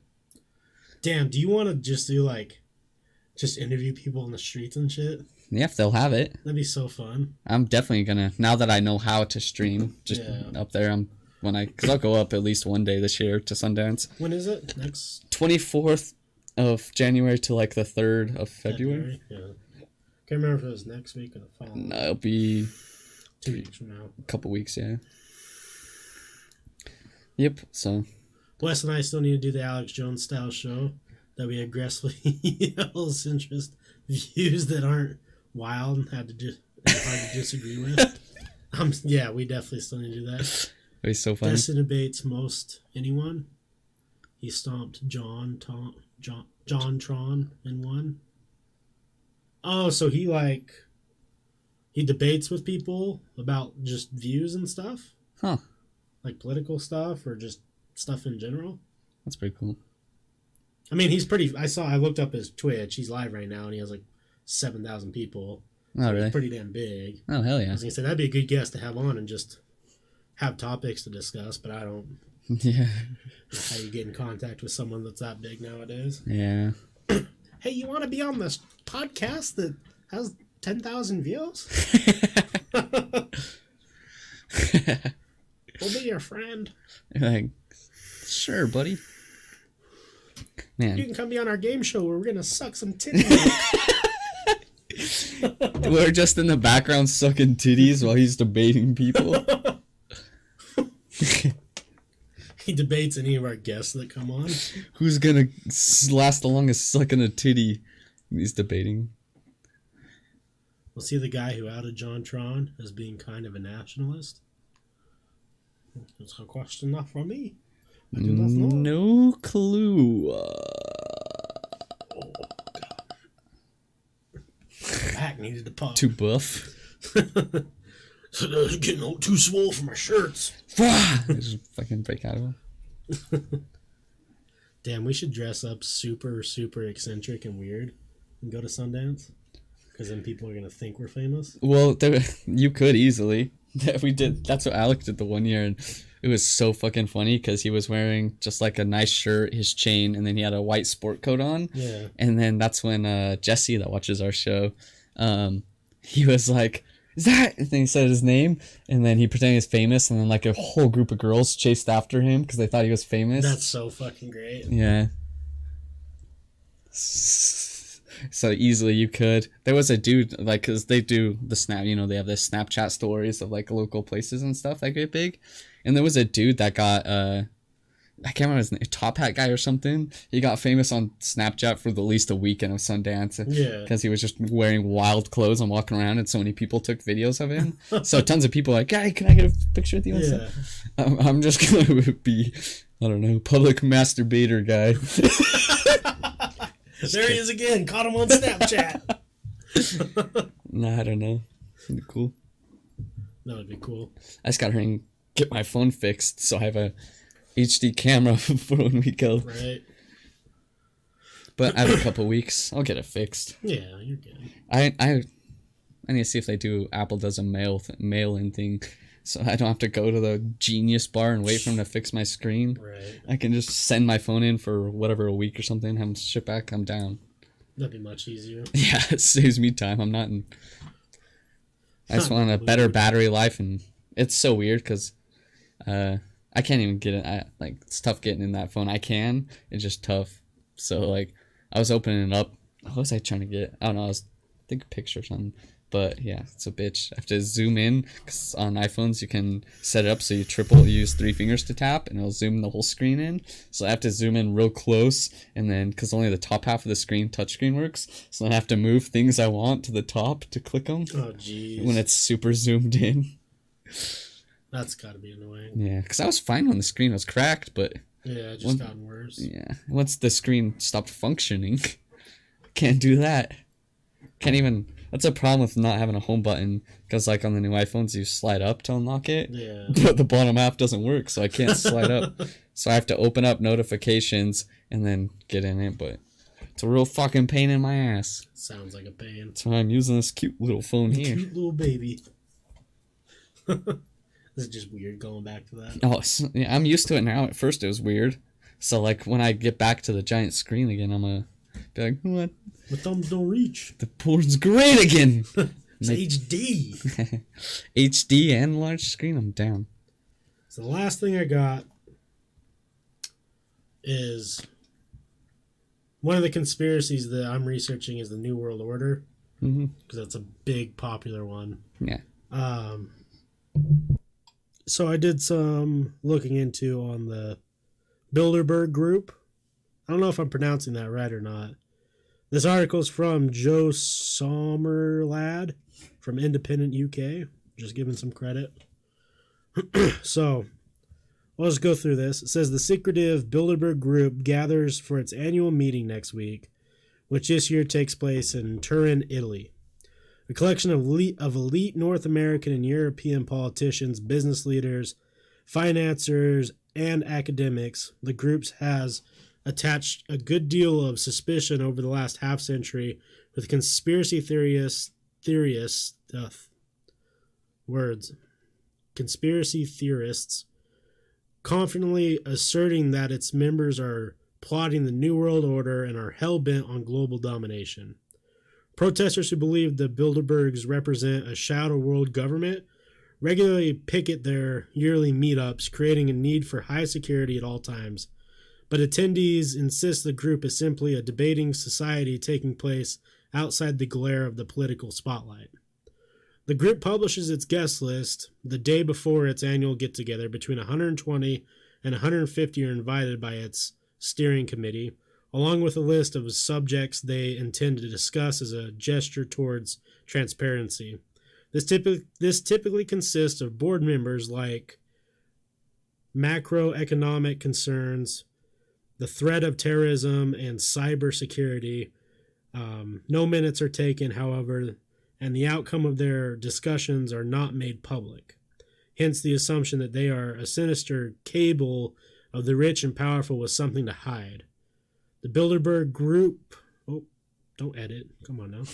The Bilderberg Group take their name from the Hotel de Bilderberg, so it's probably has an accent on it. I don't know. Some fucking shit. Bilderberg and Oosterbeek, the Netherlands, where its members first convoyed on May 29th, 1954. At the invitation of Prince Bernard of Lippe-Biesterfeld's TS founders, including exiled Polish politician Joseph Ratzinger, ex-Belgian Prime Minister Paul van Zeeland, and Paul Rejinks, former head of consumer goods giant Unilever, were concerned about a prevailing atmosphere of anti-American Semites in post-war Europe in a moment when the U.S. was enjoyed a consumer boom while holding the fate of the recovering continent in its hands through the Marshall Plan. The group hoped to revive a spirit of transatlantic brotherhood based on political, economic, and military cooperation necessary during the Cold War, and the USSR tightened its iron grip on its eastern satellites. 61 delegates, including 11 Americans, form a total of 12 countries, attended the inaugural conference, with the candidates chosen to bring complementary conservative and liberal points of view. Future labor leader Hugh Gaskell among them. Its success meant subsequent meetings were held in France, Germany, Denmark, before the first on American soil at St. Simons Island in Georgia. The Bilderberg Group's primary goal has reportedly been expanded to take in a more all-encompassing endorsement of Western free market capitalism over the years. Although the conspiracy theorists believe their agenda is either to impose pan-global fascism or totalitarian Marxism, they're just not sure which. All members do not, as a rule, discuss what goes on within its conferences. Labor MP and one-time party deputy leader Dennis Healy, a member of the steering committee for more than 30 years, did offer a clear statement of its intentions when quizzed by journalist John Ronson for his book Them in 2001. To say we were striving for a one-world government is exaggerated, but not wholly unfair, he said. Those of us in Bilderberg felt we couldn't go on forever fighting one another for nothing and killing people and rendering millions homeless, so we felt that a single community throughout the world would be a good thing. Other notable British politicians to have accepted the group's invitation include conservatives Alex Douglas Home and Peter Caring, who chaired the committee between 1977 and 1980, and between 1990 and 1998, representatively, and Margaret Thatcher, David Owen, Tony Blair, Peter Mandelson, Ed Balls, Ken Clark, and George Osborne. Prince Phillips and Charles have also been. So, we're talking laundry list of huge people. These motherfuckers. Yeah. Henry Kissinger is a regular, while Helmut Kohl, Bill Clinton, Bill Gates, Christine Lagarde, and Jose Manuel Barroso have all attended among the billionaires and executives from leading banks, corporations, and defense industry bigwigs. Perhaps most surprisingly, Ryan's Michael O'Leary attended 2015's event in Telfbuchen in the Australian Tyrol. Rather than a Spectre-like organization reinforcing its interest by choosing presidents and controlling public opinion through the media, the Bilderberg Group is nothing more sinister than an occasional super club, according to David Aronvich, author of Voodoo Histories 2009. But even if the Bilderberg Groups are not David Eccles' slavering lizard men in silk hoods, the idea that they might be grouped in with the Illuminati has proved a convenient cloaking device, says journalist Hannah Burrow. Conspiracy theorists have served the group quite well because any serious security could be dismissed as hysterical and shrill, she said. But look at the participant list. These people have cleared days from their extremely busy schedule. American alt-right shock jock Alex Jones, my guy, has been one of the loudest proponents of such theories, stating on air, "We know you are ruthless. We know you are evil. We respect your dark power." He appeared on Andrew Neil's Sunday Politics show in 2013 to discuss the Bilderberg Group's meeting at a hotel in Watford. Was that the fucked up shit where they were doing weird... I don't know about that. Ranting wildly about them as puppeteers above the major parties and inciting on their role in the founding of the EU, a Nazi plan, according to Mr. Jones. So we all know Alex Jones is fucking crazy, but, he's doing his thing. Yeah. He has more recently attended protest camps, sent InfoWars pundit Owen Schroyer to try and invade their 2017 gathering in Chantilly, Virginia. Yeah, so I'm pretty sure that's what it is. The fucked up, where they do weird ass, rituals and shit. I'm not sure if that's the same thing or not, because I couldn't find... Let me look real quick. I didn't see anything about the weird stuff. Hold on. What's it called? The Bilderberg. How you spell it? Bilder. Bilderberg meeting. Yeah. I think that's it. Well, if it is, then there's even more questions. And I'll do more research. Oh, not Aki. I think that's it. We'll see. So I'll continue while he's looking that up. That's it then. Oh, wait. That might be it. So Alex Jones sent this Owen Schroyer to try and invade their 2017 gathering in Chantilly, Virginia, and accuse them of plotting to overthrow U.S. President Donald Trump. Yeah, that's the one. That's not the video. The video is where Alex Jones is talking to him, because the one Democrat dude, he's talking to him, he's like, "You were talking against this, and now you're part of it." Because at first the guy was trying to expose them, and all of a sudden the dude's like, "Nope, it doesn't exist." Right. He's like, "You just said." He's like, "Nope." So yeah, obviously there's something right. There's some weird. So the final paragraph says, "That might all sound alarming, but it's fairly mild by Mr. Jones' standards. He also believes Barack Obama and Hillary Clinton are demons, and the Pentagon has a secret gay bomb." Yeah, there's fucking chemicals in the water turning the freaking frogs gay. Yeah. See, that's why Alex Jones is no one's ever gonna take him seriously, even if he fucking even if he does find something. Alex Jones could have exposed this massive crazy thing, and no one's gonna. Yeah, that's what I thought, Salty. It's not the same thing. Yeah.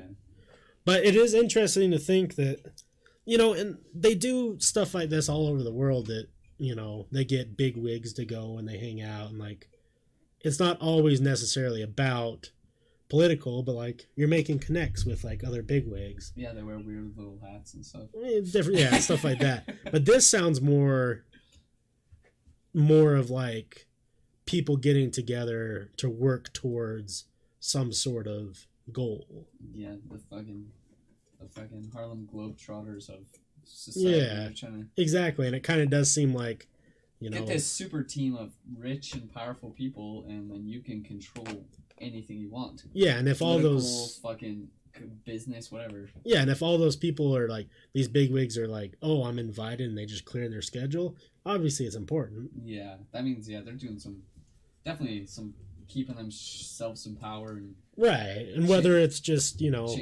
controlling everything politically. Yeah, whether it is something more like serious like that, where they're talking about, you know, where they're trying to control stuff, or if it's just a bunch of bigwigs getting together to try and become bigger bigwigs. Yeah, I think that's a lot of what it is. I think it's both, because when you have enough money, you can obviously control political shit. So helping money get more powerful. Yeah, much. Exactly. And butt stuff. Yeah, and butt stuff. Mostly butt stuff. You can never forget butt stuff. Bigwigs wear tiny hats. Butt stuff. The signs of nobility. Yeah, fucking the Masons and Illuminati. Weirdos, man. They'd ask me to join their club, though. And for the views, I'll do it. If they're like, hey, we'll have you an average of 100,000 views a night. Oh, yeah. If you join our club, I'm like, yeah, I'm about to spew some shit. Yeah. Whatever you tell me, baby. Give me some puss, some alleged drugs. Right. What do you guys want to do? You make me wear deer antlers on the show, I'll do it. Deer antlers.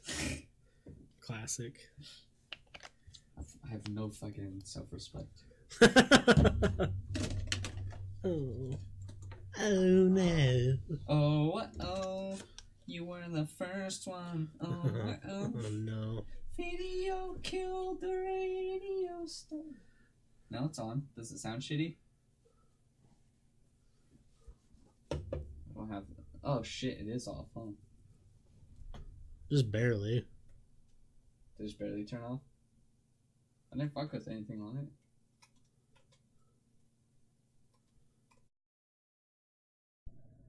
Is that better? There we go. I don't know why I did that. Maybe the water bottle hit something. Oh, yeah. Thanks, Salty. Yeah. I don't know why I turned off. Did it just barely turn off? You didn't get me singing? The fate knew you were singing, so just fucking shut it off. Damn. The government.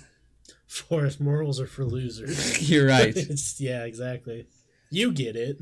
Winners!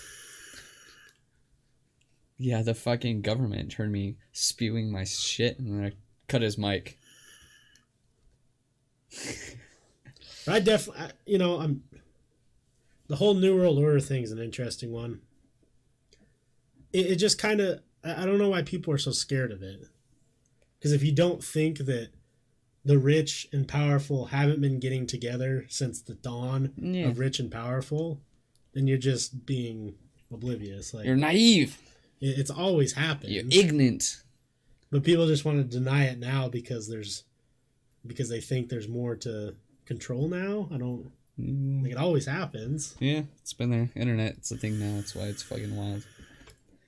Something said, isn't the god of Forrest a deer? Forrest wearing a deer antlers would make sense. Ooh, I am the god of Forrest. I'll beat Forrest, Princess Mononoke. I don't even know what that means, but okay. I heard princess and I'm down. Winning. Do you have anything else? No, those are all the stuff I have for tonight. Okay, yeah. I haven't got anything else. Got some of that, though. So. You ever see a fat guy damn up press? Never won some. Put that on the internet, kids. There you go. I just bounced this fucking little bottle. It's still there, guys. It didn't fall. Nice job. You fucking nerd. I just have to pee, so we can either keep going and I'll pee real quick, or we end it and I pee. It's up to you. Sorry, I was just watching myself fast dab. I was just saying, do you want me to pee real quick and keep going? Or should... Yeah, you can pee real quick. Can someone clip me fast dabbing? I want to put that on the internet. Okay. Forever. Damn, did you just give him a little bit of orange justice, or...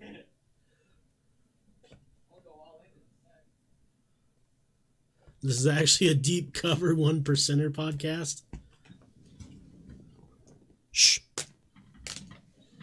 Don't fucking tell people what we're about, Salty. You're on the inside. You're not supposed to fucking get us in trouble. God damn it. You think you would learn by now. I'm giving you that 1%er money. Trying to take over, baby. The Illuminati. I don't think the Illuminati is real, though. I think that's just a meme. But nerds these days, the deep state, man. Tell me.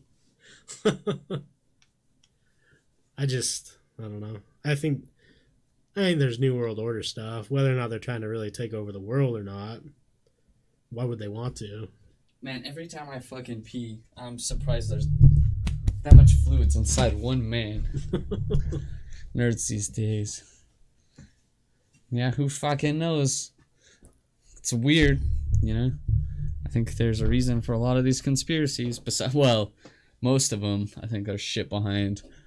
You start telling me the world's flat and Earth's flat, I'm like, hey, fuck you, buddy. Fuck you. I really don't know why that one's just so big. It won't go away. It's because YouTube, man. It died down for a little bit, and now it's back more than ever. The goddamn weak-minded folks think that a YouTube video that has zero scientific facts, all of a sudden, like, ooh, fucking, they're just dummies. They're fucking, yeah, just big dumbs. That's all they are. They're ignorant to science and fucking facts. The facts. My dad said he's gonna start he's gonna bring back the new conspiracy that the Earth or everything revolves around the Earth. I said, damn, dude, Galileo would be very disappointed in you, Pa. He's like, that's gonna be the conspiracy I do now. I was like, that's not even a conspiracy, that's what they used to fucking believe. I really want that TV series to help where they put flat earthers in a group and they have to go find the edge of the world. I would join this show. I'd bull out just fucking making shit up. That'd be the best TV show in the world. They get in Antarctica and they're like, oh my god, we're wrapping back down around. Sure cold, but god damn it. Yeah. According to our maps, the edge is supposed to be right here. It's supposed to be right here. This is the his edge. map. It's just some dude with a drawing, a fucking circle, and like none of the continents are correct. Right? He's just like, according to my map, and it's just like my Bigfoot drawing, just a fucking shitty ass. Oh, the queen is lizard person, please. Right? Yep, fucking for sure. True. Man, I need to. I'm gonna start becoming super conspiracy theorist. Like, what's Joe Rogan's friend again? Eddie Bravo? Eddie Bravo. That guy's a fucking monster. He's about it. He's really about it. I give him props, though. Sometimes I'm like, God, I hate you. But I can't. I would never tell him that because he'll fucking strangle me to death. Sure. Yeah, but like, respect for keeping to your shit, though. I wonder if that like fucks with his day-to-day living though sometimes. Because like if you believe like some of those conspiracies he does, like you know, I just don't know if he gets high and that's when he's about it. I don't know. I have no idea, but he sticks to his guns and yeah, he definitely doesn't back down even when like he's on a podcast and multiple people telling him that he's crazy. Yeah, he's still like, no man, no. Fucking respect the hustle. To go along with that, I was having this conversation with someone recently that we were talking more about religion. So I'll give everyone backstory here. I was on a date. This cute girl. She watches. She knows. And we went and walked around. There's a place in Utah called Thanksgiving Point, and they were doing this light thing for the holidays. And they were shining lasers in people's eyes. Yeah. And you walk around, it's like a mile long, and you walk around, and there's like cool like light displays and different things like that. Well, we got to this section that we didn't know was there, and there's like lanterns, but then there's big statues, and it tells you the story of Jesus. All right. That's my kind of place. And like, there's a picture that I'll post on our Twitter here in a couple days. I just need to get it. I took a fucking stellar ass gangster mobster picture with Jesus and the apostles, and we were The just Lord fucking, himself. we were fucking hanging, and but anyways, we were walking past, and like, you know, I like to troll kinda, and there was this group of like 4 people, and they were literally having an intense moment of just like, I don't even know, like I saw their faces, and they were like in this like euphoric state looking at the statue of Jesus. Man, maybe they actually saw the man on And drugs. like they were like all about it.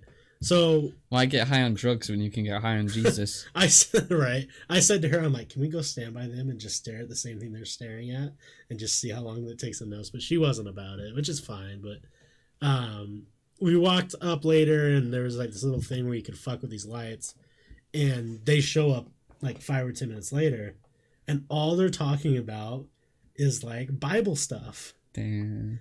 And like just weird.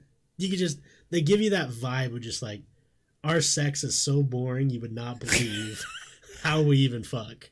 But it was just awkward, and they're so, and we live in Utah, which means they're Mormons, and if you guys haven't ever experienced Mormons, it's a different breed of people. Man, they're fucking wild. They seemed really nice, but anyways, we were talking about it on the way back and whatnot, but I find it funny, and I kind of see this with like politics too, is like this pick and choosing mentality. Yeah.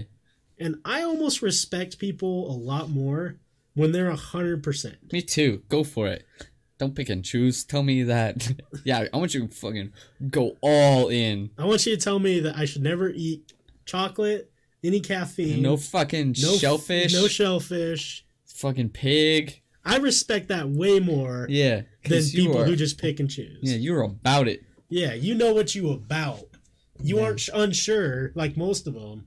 You know. You stick to your beliefs, and that's, I respect. That's respectable. Yeah.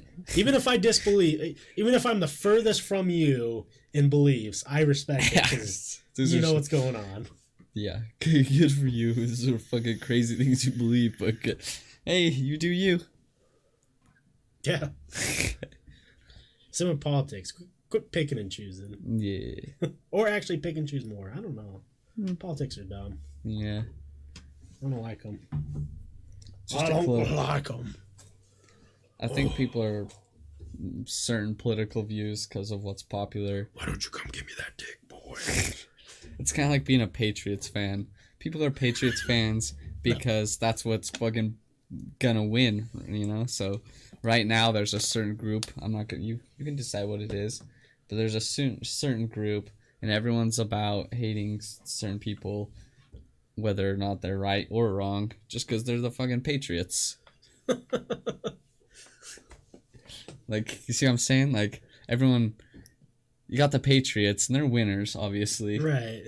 But you got, yeah, I just try not to. You got like the Browns who are losers. Yeah, I'm just trying not to be political while trying to give a metaphor here. But you guys can guess what I'm getting at. You get it, Kaleidoscope Bear. Utah, the Mormon Holy Land. The alien Lord will save us. Hopefully. You understand. Sports are just dumb in general, though, because all of a sudden I'm seeing a whole lot of Emmitt Smith jerseys around. It's like, did you have to dust that one off? Right? God. Fucking people. Yeah, sports are whack. I don't know. Yep. I just find people who are so dedicated to sports that they get violently angry when their team loses. Fuck yeah. Like my dad anytime the Utes lose. Yeah. Stop hitting. I was going to say, yeah, Utes in Utah, that's like the mainstream thing. So everyone likes the Utes just because they're the big thing to like. Yeah, they're in the Pac-10 and yeah. or whatever it's like, it is. They'll like them. They're winning. All of a sudden, fans come out of nowhere. Right. And they'll talk so much shit. It's kind of like politics. Certain groups winning, people come from nowhere, start talking shit. Because they're on top. It's popular to hate someone or love someone, so you're gonna do it. Nah, talking about Browns. I see you. Pick and choose as much as you want. Just don't say you're whatever sect of Christianity while not believing that sect. Right. That's funny. Gogolstein was talking about the kick me and block. My dad just sent me a link that said rule the kick. The kick was actually, he's like, yeah, watch the video. It's actually blocked. Oh, shit. So, XFL? Are they bringing back the XFL? Yeah. I think we talked about that, didn't we? Well, yeah, and there's also a new football league that's starting, and the Utes have a team. Really? Yeah. Huh. I'm curious what. And it's not the Yeah, I'll XFL. look It's at it another later. league. Yeah. But I saw a thing where it said season tickets are only like $65. Oh, shit. Now, I look at this as like, that would actually be kind of fun for us. That's entertaining. $65 to just. You can go have a couple beers, Yeah. watch some guys play mediocre football. Yeah. Like, you're not going to get stellar football, Yeah. but you might get some. I would have fun. I respect pagans. I went to one Blaze. Was it Blaze? Yeah, the indoor. Yeah, the arena football or yeah. whatever. Super fun. Yeah, it's kind of like going to fucking Grizzlies game. Yeah. hockey games or. I don't follow hockey even kinda. It's still fun to go to. Yeah, the Grizzlies isn't a pro team. No. It's still exciting as fuck. Yeah, it's fun to go to. If you need more cowbell in your life, you go to a fucking hockey game. Yeah, You can get some cowbell. yeah, that's actually a really good deal. I'm a dirty pagan. Thank you. Hey, welcome. Yeah. Are you gonna go join the? Thank you. Are you gonna go join the pagan church that the Netherlands just opened? Damn. It is gaining so much popularity now. It's one of the oldest religions, and Yeah. I'm curious. Like, I really am so curious about pagan religion because that's where most of Christianity holidays come from and shit like that. Yeah. So like, I'm down to learn. That's why I told you need to watch that American Gods show. No, yeah. There's a show my dad just told me to watch. I had a partner. Be a clean pagan.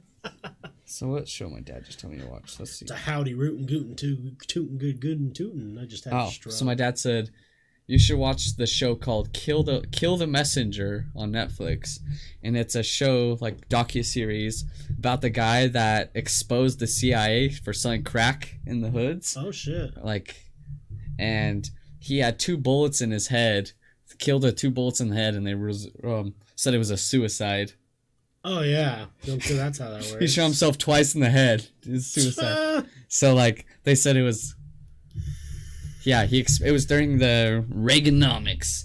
Reagan needed money to fuel his war, so they were confiscating drugs and stuff, and then the CIA. It's fucking super. It's not even. It's conspiracy. It's true. Like they were selling to these inner cities. They were selling crack and stuff. The CIA would bring in loads of cocaine, crack, cocaine probably, and then they cut it into crack. But to fund Reagan's war. Makes sense. Yeah, and then the reporter that exposed all of it, they were just like, for some reason I think he was the one that they first went. They always go with child porn. Found child porn on his computer. They always go with that because it kills someone's reputation. Oh, 100%. So if someone's coming up against the government and you say they're like a pedophile, they're fucking not credible. There's not anything that. The 2 things you can say is pedophile or an animal abuser. Exactly. They'll be done. No one will even. I think listen. If I can remember, I'll have to watch the series, but if I remember the guy, first they said that and he just kept exposing stuff and then found suicide, 2 bullets in the head. So. That just gave me the perfect question because I forgot to hit you with a hard-hitting question. Oh, yeah. If you guys are new here, we started something where every podcast I give Forrest a random difficult question, and I'd like to hear his opinion. Why do Americans have such a weird fascination with pets? I don't know. Loneliness? That's kind of what I think, right? I have no idea because it's so funny. I think there's this I think he's a comedian. I don't know. I'm not sure who it is. If you guys know the quote, but he's like, I think, was he talking about coming to Utah? I don't know. So I don't know. I can't remember exactly. I don't know who I'm quoting or anything, but it was a black gentleman and he was talking about coming to a white, like upper middle class white neighborhood. He's like, so many dogs. Or I think someone may have told me this personally. I don't know. But anyways, he said, why all these white people have dogs? These dogs are eating better than us. Right. Oh, it was a salesman. There was a salesman that came to our house, and I think he's from Texas.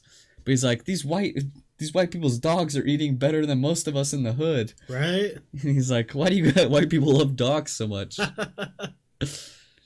That Blaze, marijuana is awesome. Yeah, man, it is. Marijuana's good. Ursa. USA. Oh God, is messed. Walk down the block and you're in a whole new land where you can get shot by nutters. Right. Yeah, I've always been curious about that because like we both have family pets and have had family pets all growing up. I have an Instagram for my cats to give you a much before I start shit talking on people. But people literally will say they would save animals' lives over humans' lives. Oh, everyone, most people would. Like you see, people get way more upset about like an animal getting killed or beat than they would a child. Yeah. So I wonder what it is that is it just because these animals are inherently innocent? I don't know. In the eyes of people, and they just think that since they can't talk to us, they shouldn't be treated? Or is it, oh, Cypress Hill was smoking with Lil Pump, I lost all respect? Damn, Gucci gang, man. Gucci gang, Cypress Hill gang. I just don't know what it is, because, like, your cats better follow George's account. Definitely. But no, I've always wondered, like, is it just, I think loneliness is the one thing. And I think, too, it's this ability to give your animal any characteristics, even though they don't really have a personality, that you truly want in life. And yeah, that and like, you know, most cats, well, cats and dogs, I think more so dogs, show it at least. Cats too, of course. But Yeah. they love you no matter what. Right. I think that's a lot of it. Is like your cat or dog or lizard, whatever you have, it's not gonna judge you.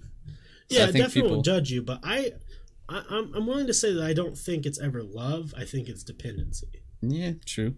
It's just attachment. Because I feel like a dog or a cat, regardless of the circumstance, if once they understand the fact that they're in this area with this other creature that could easily take them out, they're going to show more, respect for them. Yeah. Some cats don't. Some cats don't give a fuck. They try and fuck you up. Yeah. But I don't think I would save an animal over a human either. And I've actually told that to people before. And hot take, I know. And people say I'm crazy. Yeah. Humans before animals. That's my mom also has a Yorkie, and he is the most dependent of my mom. Like, he freaks out when, like, he's remember. So attached to my mom. Like, if she goes, like obviously he knows her routine and stuff. Like, she goes to work and stuff, and he's fine.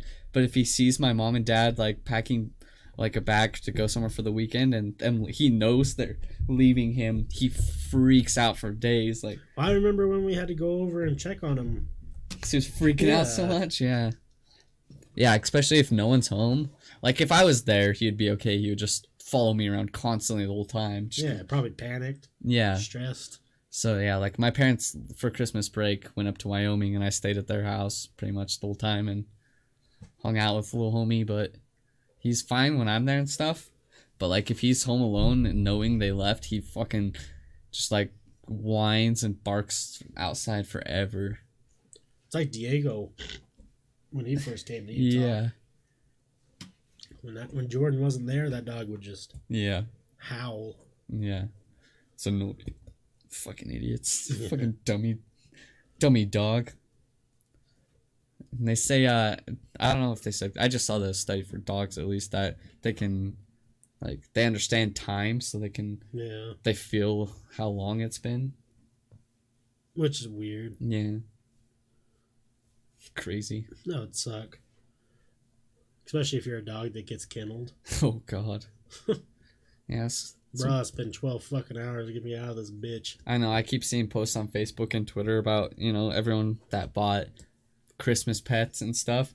Like, get ready for the surge of people realizing they can't take care of a pet. So, yeah. It's sad. Like, that's what I was saying. Because my aunt had her dogs, like Cuddy and stuff, was there this weekend because she was in town. Right. And Cuddy, he used to be a hyper boy, but now that he's like a couple of years old and he's just calm, he likes chilling and stuff. Yeah. I was like, I've had a puppy. Puppies are fucking adorable. They're a pain. Like, but But I think if I were to get a dog, I would get like not too old where it realizes like maybe a year too old where, you know, it can still bond with you almost. Yeah. And it's not just so crazy. And it's calmed down a little bit and just good old boys and girls. Because I remember good old Heineken when you would come home finally and he would come inside. He was the most excited boy that's ever existed. He was this one wild boy. I felt bad when he had the cone, though. Yeah. He was so excited to see everyone, but then he just bashes cone on everything. Yeah. That's funny because I remember when your aunt was living there and Cuddy was there. Yeah. He was an excitable little boy. Yeah, and now he's a little chubby and he's just likes to hang out. He likes to play too, but for the most part, he's pretty calm. He's a good dog. Good little pup boy. Does he have any? Is there any other dogs there now? Just seeing the wall in the background. It's in Israel. Does what? Does she have any other dogs? Yeah, she took Bryson's. Oh, Cuddy was that, but she has Bryson's boxer now. It's hers. Oh, a moose, a little skinny, special needs looking fella. He's got a really bad underbite, and his eyes look too far apart, and he's anorexic, like super. It's not like not feeding thing. He's just skinny, small. His eyes are too far apart. And he's got a huge underbite, and he looks like he's a homie with an extra chromie. Gotcha. So, the classic. Ooh, little pups and. All right. Is there anything else that chat wants to talk about before we call this episode of the podcast? Or anything else you got on your mind? I think I'm good. How many McDoubles do you think you could eat before you throw up? If I were to challenge, like, if there was like a challenge. Like if I knew the challenge was coming up and I could prepare myself? Yeah. Could you eat Fuck. 10? I could try my hardest. I don't think I could do it, but I would try my best. I'd feel so shitty. How many chicken nuggets do you think you could put down? No time limit. It's just a number amount at one sitting. I have no idea. That's a good question. 30? Maybe, yeah. I think it depends on the day, too. Sometimes I can down food. Really put some groceries? I can put some shit down, but some days I'm like, ooh. Did I ever tell you the funniest fat comment I ever got? It was from our boy Eric Jersey from many years ago. Yeah. I went over to his house, and their uncle was there. And he was a hefty man himself, so I think he was saying it as like a funny thing. Like, yeah. But he looks at me, he's like, because we were carrying in all the groceries, whatever, and he's like, "Damn, boy, you look like you could put some groceries away." I just looked at him, and they seemed like super mad that he said it, and I'm just laughing. Like, that's a good one. You can put some groceries away. That's so fucking funny. That's a good one. It's nice enough not to get hit. Yeah. 76 is my record because that's all the nuggets I had. Damn. 76. Imagine BK nuggets because I'm not a fool. That's a whole lot of nugs, dude. Do you think we could do 100 BK nuggets together, not separately? Not 100 me, 100 you. We could, yeah.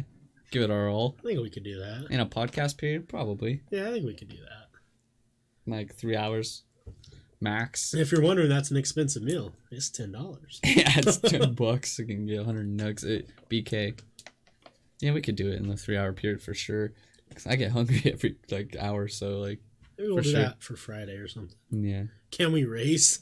Oh, that's why I draw the line. Forrest versus you. Yeah. If me and Forrest can eat 100 nuggets before you do. Salty's like the fucking hot dog eating guy, just. Yeah, jeez. Damn. What's the English breakfast challenge? Burger King nuggets. Let's see. Where's my cursor? The worst thing you'd expect at your Burger King meal. Burger King foot lettuce. I love that guy. I still watch his videos every time they come out. They're so good. Chills, or whatever his name is. Yeah. Jesus Christ. So it's 10,000 calories. What is this? Oh, my boy Matt Stoney. Shout out. I watch that guy so much. He's my favorite competitive eater. I'm just curious what this is. So it looks like some sausages, some chicken, I see some mushrooms. some fucking beans. So where's the King's breakfast? It's making me hungry though. Which one is it? Those are just large breakfast trays that would be a good. It's definitely the top one that's from Matt Stoney. Yeah, we'll just pause or mute this in. Sometimes if you go down and look in his info, he'll list everything. Maybe? Nope. JK. P.O. Box. That probably tells. Oh, damn, this was during his edgy phase. So he's got, looks like sausages, burgers, a whole lot of butter, fries, It's a lot tomatoes. That's a lot of bread. Eggs, bread.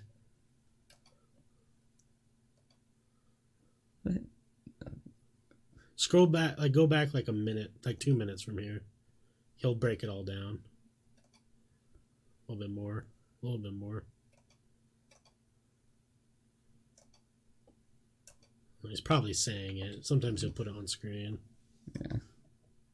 It's 10,000 calories worth of breakfast stuff for you those listening. Yeah. It does. Yeah. So beans, eggs, toast, mushrooms, sausages, hash browns, tomatoes.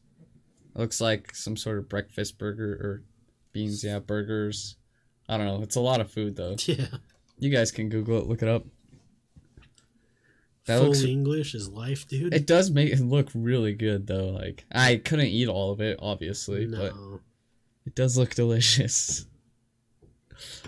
I'd fuck with British food. My mom took my sister to the store a couple days ago, and my sister brought me some one nugget on the way home. Oh, that's nice of her. She understands you, Salty. Mom said, "Did you know they're only $1 now?" I sent her back. Have you not been listening to anything I've said for the last month? Meat pie, baby. Man, you're making me really hungry. I'm about to make this fucking feast when I go Right? home tonight. I like to think at Salty's house.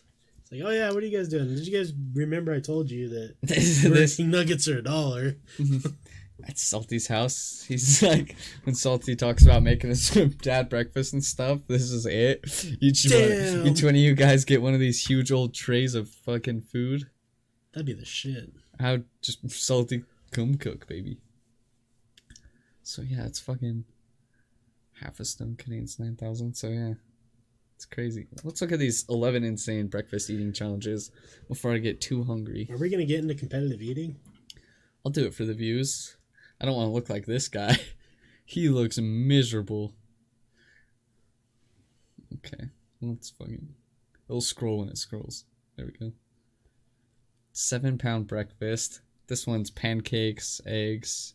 Looks like bacon, ham, toast. Pancakes are so filling. Yeah.